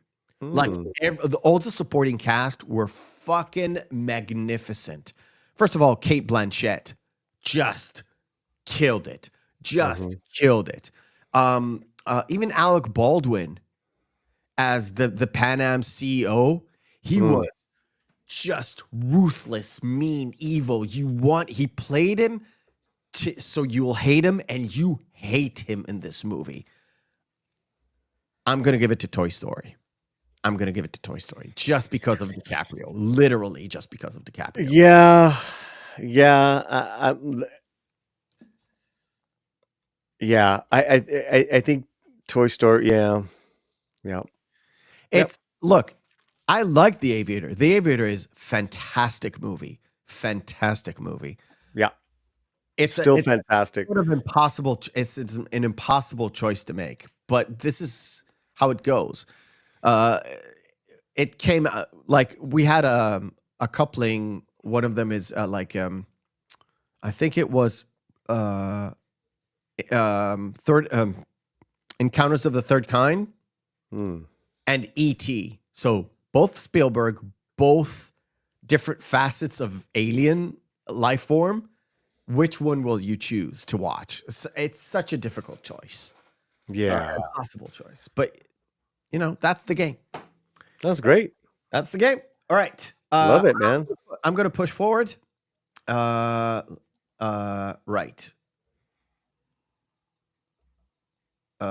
Let's do this. So Axley finds out about the fleur-de-lis and everything, and he tracks down Lynn Bracken, and they have that sort of encounter where on the face of it, it's like, how did it go from like 1 to 11 where he's there to investigate her and he ends up basically sleeping with her, or at least kissing, and it's implied that he slept with her. And this was a whole setup by the Hush Hush reporter, by Danny DeVito's character. And it was like, oh, Axley, how could you fall? How could you fall for this? It was so obvious. And I don't know if Lynn planned on it because she was trying to, I don't know, save Bud or mislead Axley. I don't know what her motivations were, because I again watched it twice for this week. I still don't know why she did it. I know why Axley did it, because he was infatuated. I don't know why she did it. Question mark. Because it does go really quickly from like a normal conversation between a cop and a suspect to, oh, I'm going to just kiss you and we're going to throw down right here, right then. I think she was ordered to do it, so she didn't have a choice. Could be. Could be. I think she knew the powers that be, and something that she had to do, which was you saw the conflict after the fact. Okay. She had that scene with Bud. Okay, I got it. Yeah. So Jack and Axley kind of piece together the whole thing. Jack kind of finds out, they go to that restaurant where the fake Lana Turner, but not really fake Lana Turner, is dating this mobster. It's like, Mhm. oh no. And Jack is like, he tells Axley, no, this is Lana Mhm. Turner. And he calls her like a whore or a prostitute or Yeah, lady yeah, of the night or some sort of euphemism. It's like, yeah, and she's livid. It's like, Axley, relax. This is Lana Turner. yeah. And they get Great scene. from this mobster, and later on Bud gets sort of the same information as well from the same mobster because he saw him at Pearce's place and he puts that together. So Bud is going through the Pearce angle, and Axley and Jack are going from a different angle from the corrupt cops. They go through that sort of avenue, and Jack kind of figures out that it's the captain as we see him going to the captain, and they have that conversation in that kitchen. And again, Cromwell with that sort of a fake slight Irish accent, and I to tell you the truth, I didn't notice it until it got to this point where it's Mm, much more pronounced, where basically he feels comfortable kind of letting loose because it's his own home. mm. Well, that's what my mind was thinking. Yeah, maybe he's in a setting where everybody can see him. It's he dumbs it down or tries to sort of curb that. What when he's in his own home is like, oh boyo, what do you feel and what do you know? And Yeah. Jack kind of pieces everything together, and as soon as he kind of gets to that point where he's accusing the captain is like, bam, shoots at him, and it's for us as an audience, it's out of nowhere.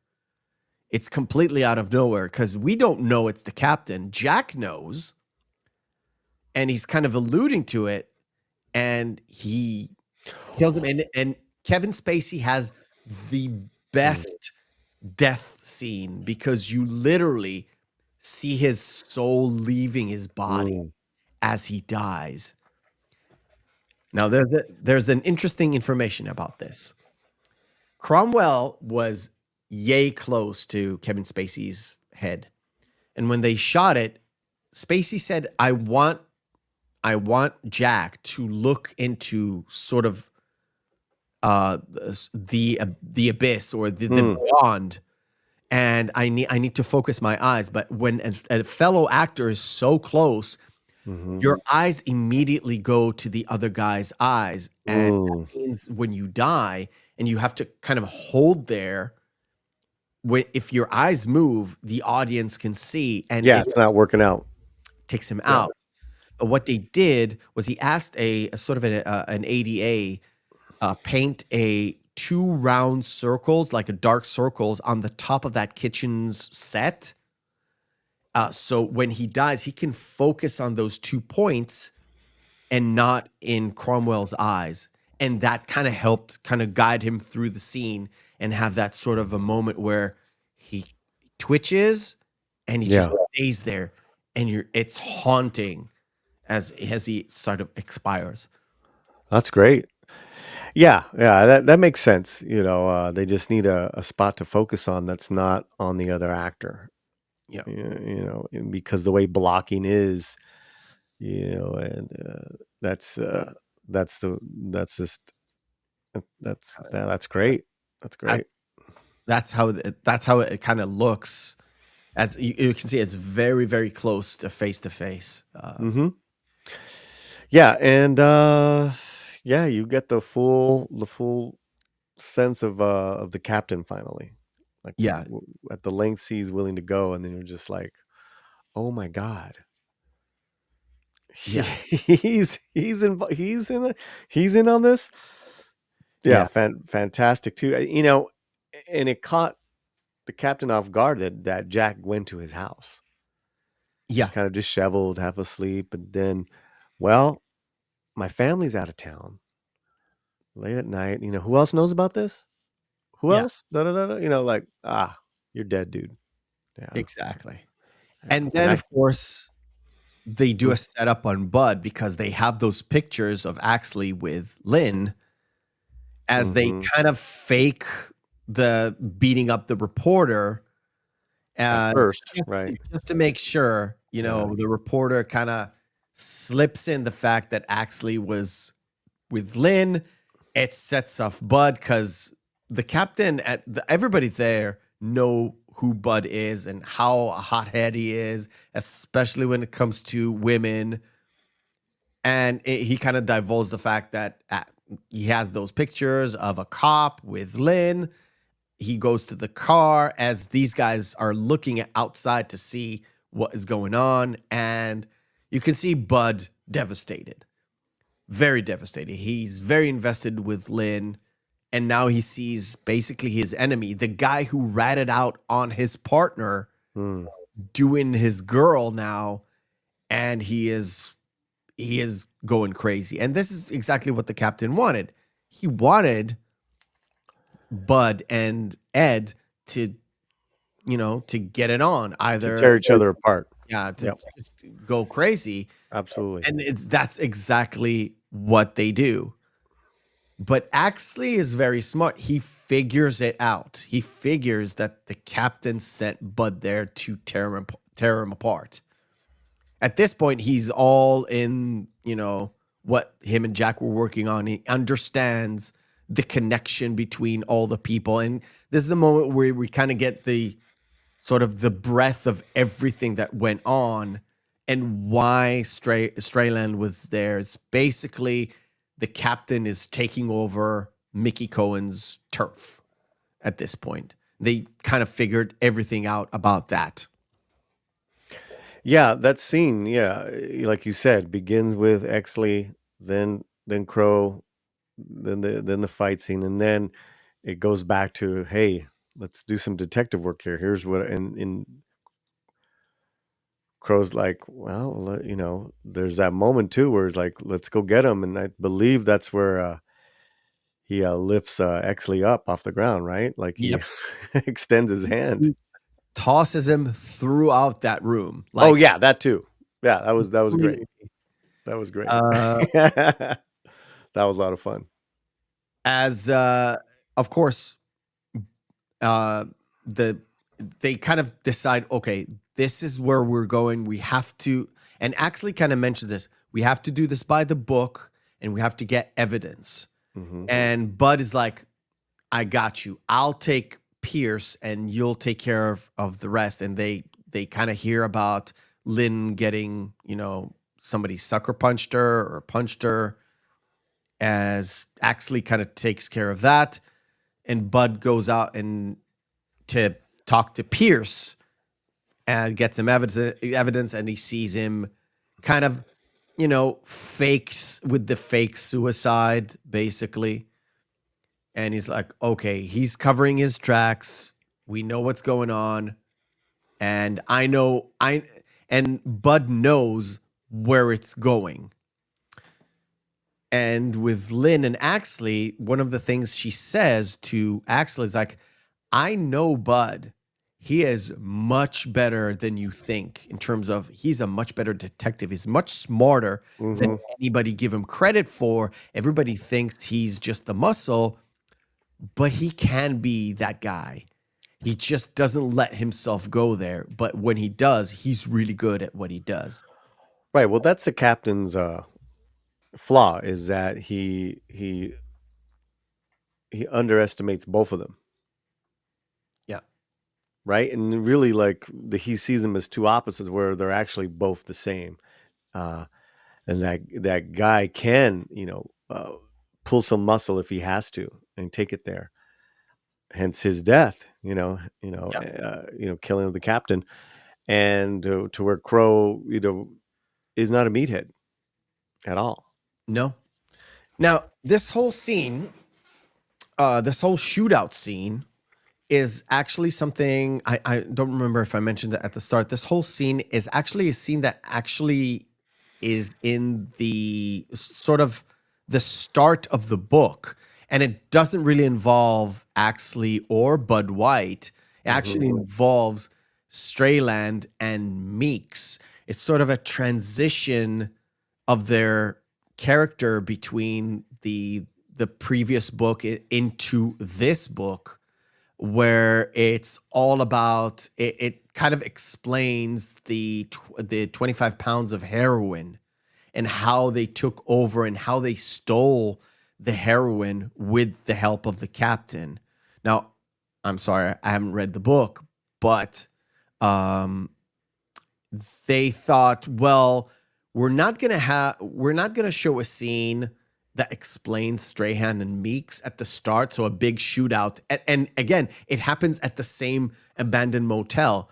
So we're not gonna have a shootout at the start and a shootout at the end. So what they did sort of collapsed it into that moment and put it on Ed and Bud to be there, to be sort of the opposite of what's going on. They're what solves it and not what begins the whole chain of event of the corruption that happens and the taking over of Mickey Cohen's territory. Yeah, I also mentioned too that Danny DeVito's character is taken out before this. Before this. You know, which up until this point, DeVito's character has been lock and step with the captain. Hush, hush. And even Cromwell even says that right before they take him out, which they cut away. But yeah, I mean, what a great character. Everyone's a pawn, and every you know, and everyone's got secrets, and hence to the title. You know, stuff keeps coming out. So yeah, well done. Yeah. And of course, I mentioned it at the start, but we'll mention it here. Remember when the captain asked Ed Astley, what will you do as a detective? Will you do this? And no. Will you do this? No. Will you shoot someone in the back? No. And as we get to this point, there's a bad guy. We know he's the bad guy. The law says you need to, bring him in, but justice demands death.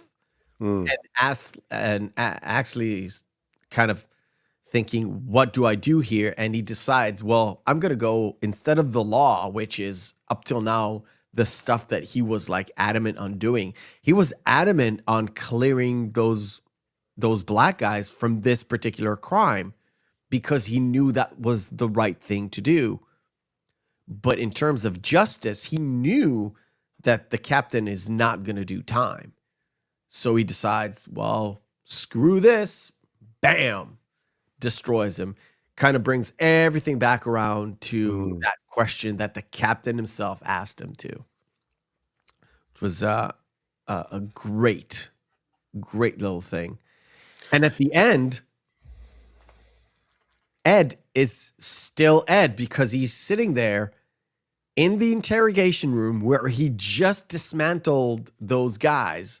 And he's sitting there with the police chief and everybody else having the same opposite shot. He's on the opposite side of it because he's a suspect now. And he's like, yes, I did it. Yes, it's because of the heroin. Yes, because it was the just thing to do, not the law thing to do. And he sort of confesses. And for that, he gets promoted. He gets another medal. He gets the accolades, everything, even though he done dirty, basically. And forgot to mention that the DA also too, he was shaken down. Yes. A couple scenes prior, literally shaking off the building. One of the more pitiful scenes is when they throw him back in and he's just like, like really like all Gollum style, like that was oh my god, he did petrified so well.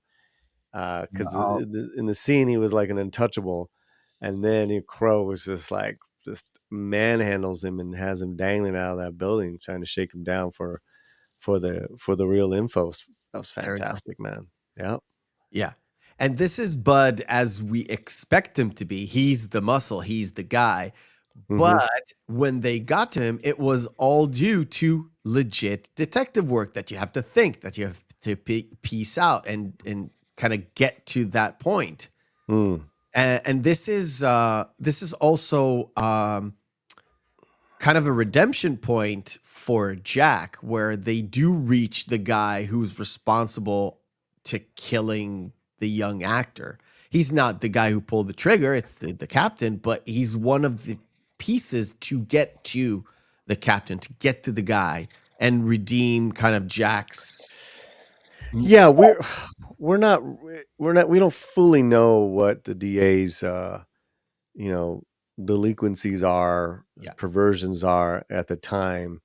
They were considered that, from pot smoking to being openly gay. So let's just say that he swung both ways, right? Yeah. When for a DA and in that position, that's a huge no at that time as far as a public eye. They mention it briefly, and I was one of the times I was watching, I was actually watching with my wife because she's so fed up with like new stuff. It's like there's nothing to watch. It's like, why don't we watch L.A. Confidential? Oh, I like this film. Okay, because we have watched it together way back when. And I think when they were trying to set up the young actor Simon, they mentioned that the DA is a switch. That's what they call it. Yeah. And that's right. My wife was like, "What's a switch?" It's like a switch hitter. It comes from a switch hitter. And she said, "Well, what's that?" It's like where a baseball player can swing from the right or swing from the left, so he can switch between swings both ways. That was how they used to call bisexual, right? And she's like, "Oh, of course." It's so funny. It's so funny because all those old definitions or whatever, it's like I forgot that we used to say that stuff. It's like I don't even bother anymore. But it's like, oh yeah, he swings both ways. I don't even think it's a derogatory term. Just like you were bisexual. Okay. I just because as far as language is and talking like that, it was just kind of like, oh yeah, they swing it both ways. Who cares? Let's go on. Now it's just more like a different type of conversation. So you know how that goes. But to hear like these old names, switch. But that's also Elroy's writing. You hear Elroy talk. He talks like these guys. He's got all that. He's such an oddball. He's very abrasive. Like one of the stuff that I've put down, I didn't mention it, but Guy Pearce at this point Guy Pearce and Crowe were cast to the movie. Elroy had to go to Australia to do some sort of a convention, and he was talking to a crowd. Guy Pearce was in the crowd. He didn't approach James. But James was like, yeah, and one of my books is going to be a movie now. And wouldn't you know it, there are 2 Australians in the movie. They cast 2 Australians in the movie. And everybody laughed because nobody believed him, because it was like, wait a minute. One of your books that has to do with LA was cast with 2 Australians. That seems a bit off, especially in like in 90s. And Guy Pearce was sitting in the crowd and he was absolutely livid and he hated Elroy. Like he said, I don't like this guy at all. He doesn't like racists. He doesn't like Elroy. Like I said, all the crowd didn't believe him. And as it turns out, he was talking the truth.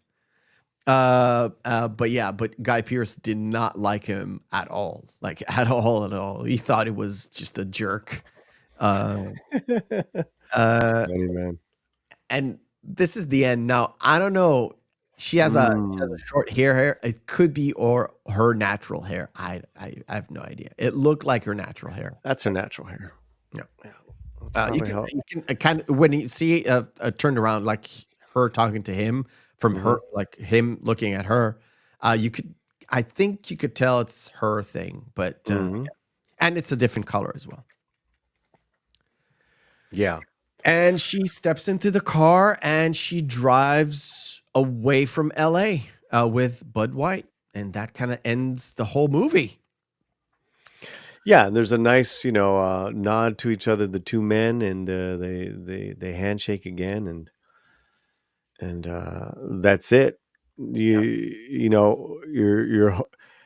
You're hopeful that guy can clean up the city, but is he really, that man? I mean, he's like part of the system, that was just so notorious for so many decades, Yeah, till still to this day.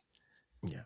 So There's uh, there's there's that. there's stuff I know. There's stuff I know that because I'm so involved. Again, it's not my culture, but when I look towards where I consume my culture, I most of it comes from the U.S. And Hmm. one of the things that I keep hearing and getting like U.S. based friends is, yeah, there are certain places in terms of cop wise that if you were a criminal or if you were somebody that's living there, you don't really want to mess with it. Is one of the things I hear is L.A. cops and Chicago cops. Hmm.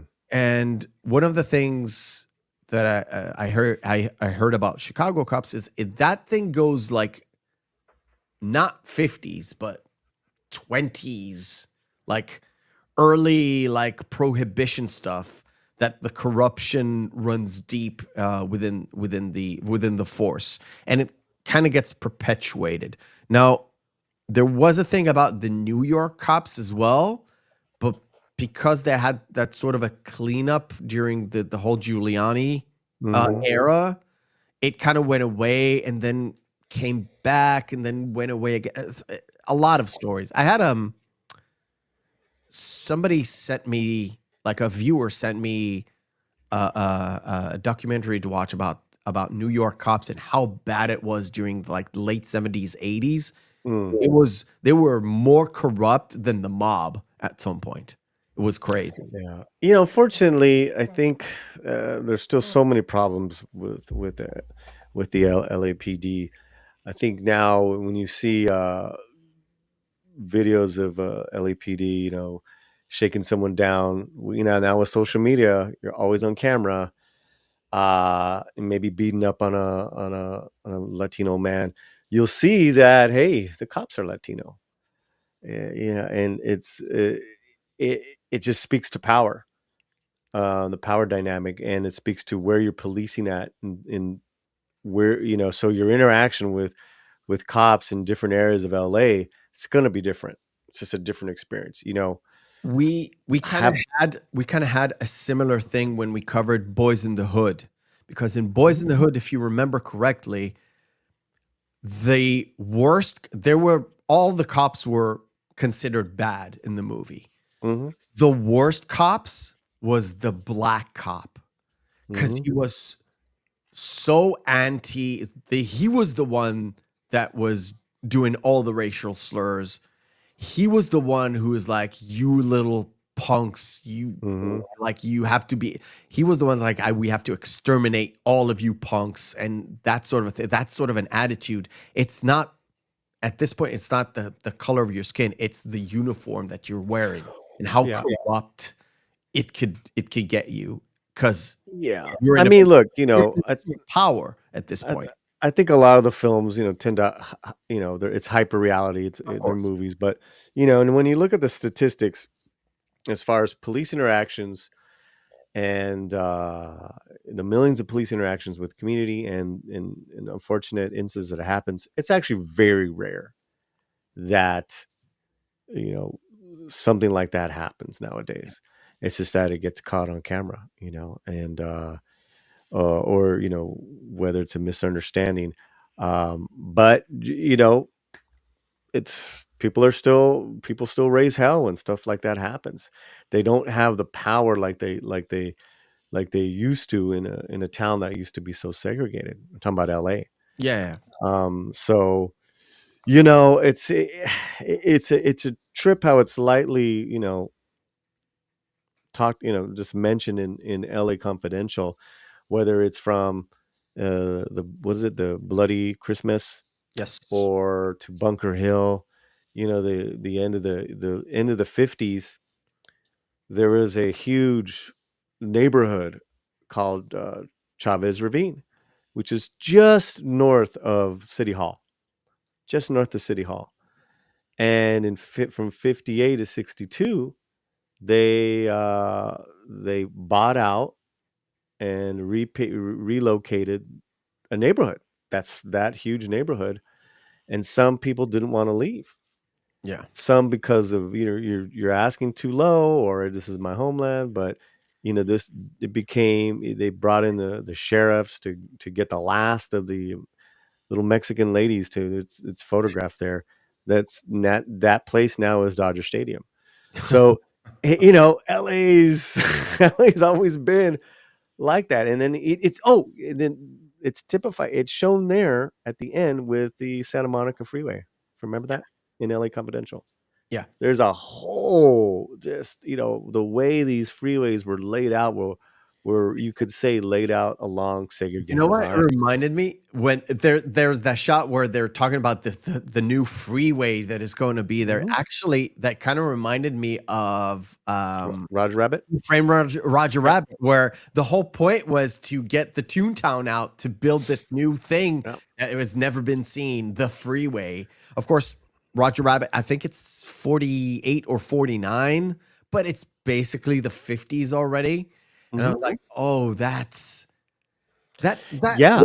that really means gotta that understand, people like, who wrote it were like bef- very LA. before I want to say before cars really took over and the oil companies took over, LA had one of the best trolley systems and rail systems in the world. They And were it, all ripped out, man. And now they're making their comeback, which is really funny. right? And so yeah,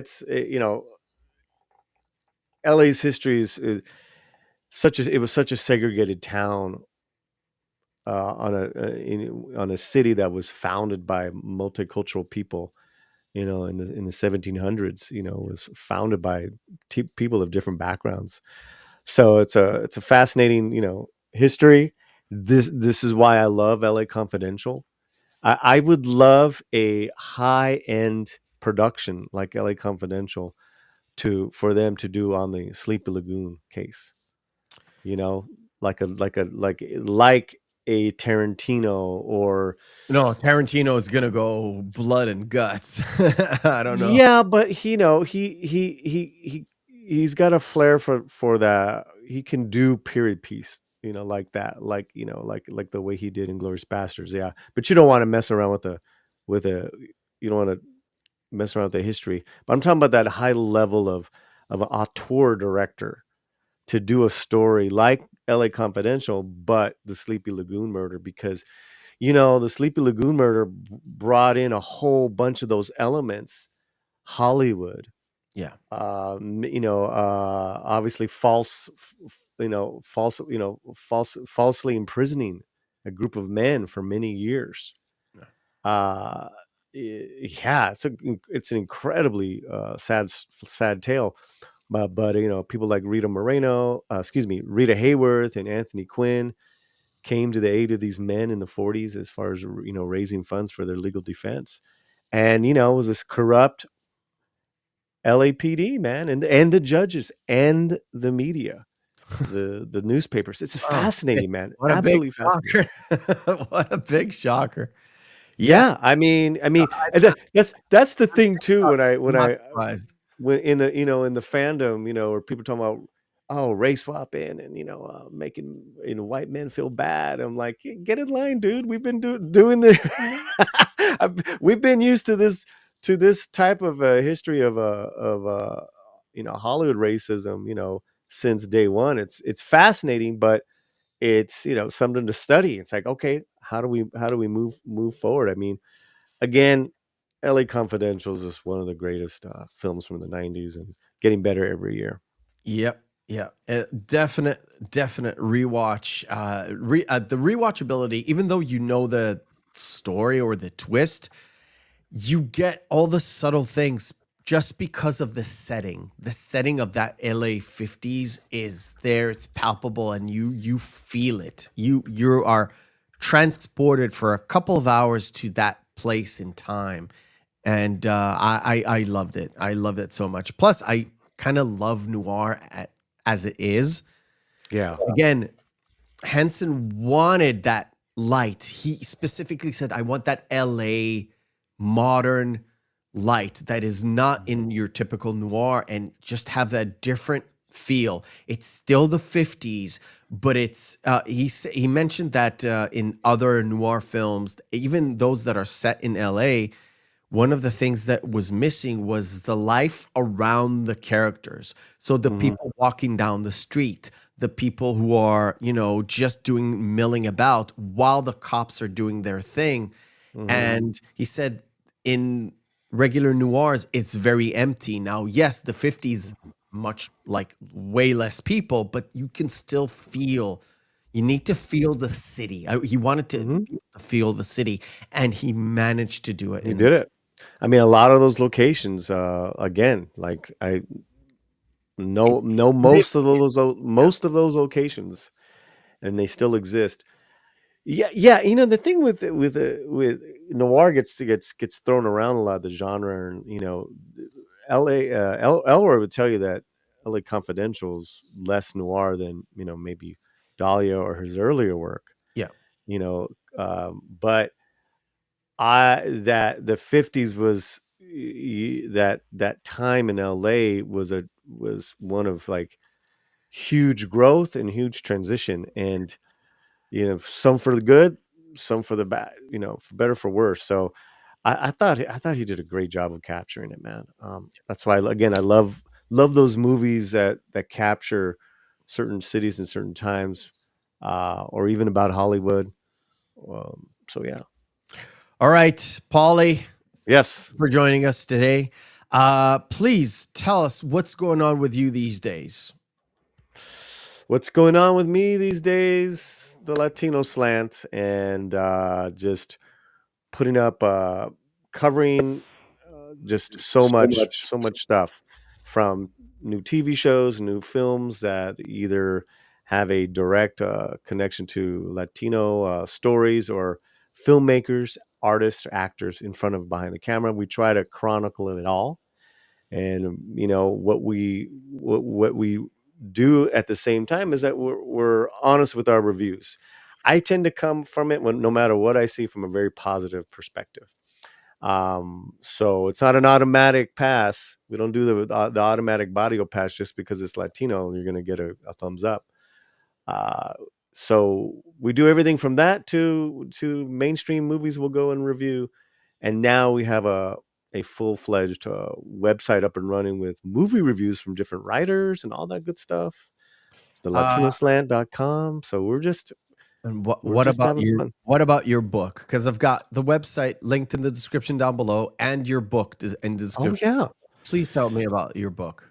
Oh yeah, yeah, yeah. Thank you. It's all on the latinoslant.com, but this book I wrote, it's called They Call Me Charleston, is for sale, and we have it in print or ebook. I recommend the printed book. It's only now $9.99 on sale at bookbaby.com, but the link's there at the Latino Slant. This is a one of many short stories revolving around a family of superheroes it's much more complicated and dysfunctional, but some family members are in the light, some family members choose to be in the darkness, and it's really interesting. This is just a one of many short stories that encompass this whole universe that I've created. And so it's kind of like a fantasy drama with some sci-fi, but it's a trip. There's a lot packed into these 38 pages. So Very yeah, would love for you guys to check it out. Of course, of course. All right, ladies Thank you. and gentlemen, please go subscribe to Latino Slant. Go check out his website. Get watch that book if you're interested. Go for it. And for us, please for next week, go and watch About Time from 2013. Yes, About Time. It's a time traveling movie, but not really. But yes, really. A very, very interesting movie. My wife got me onto that movie. Half of the movie that she suggests I like, and Wow, half look at this I cast. go to the cast is fantastic. Like, not Amy Adams, Rachel McAdams, Rachel McAdams. and Bill Nye, and the main dude is the English actor that I completely forget, but he was Tom Nall Gleason. Machina, and he was in And Margot Robbie. Yep. Everybody that you think that, oh, he's here. It's like prime British acting. It's very it's I think I very vaguely remember this uh, coming out. very interesting movie. And our guest is going to be Arwen Avalon, and she Hey, watched the movie, so it's going to be fun. Because last time she was here, we watched Julie and Julia, and she didn't watch the movie before, and she was blown away. Wow. Because it was such Cool. an outside. It's a biopic, but it's so far out to what your usually typical biopic that you get. Is that Interesting to have her reaction to it. was the Julia Child biopic? Yes, Julie Cool. Powell and Julia Childs, and just it's Right. very interesting. All right, ladies and gentlemen, thank you, Paulie, for showing up, and we'll see you next week.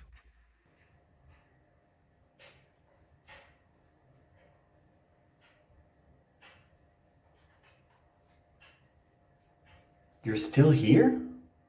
It's over. Go home.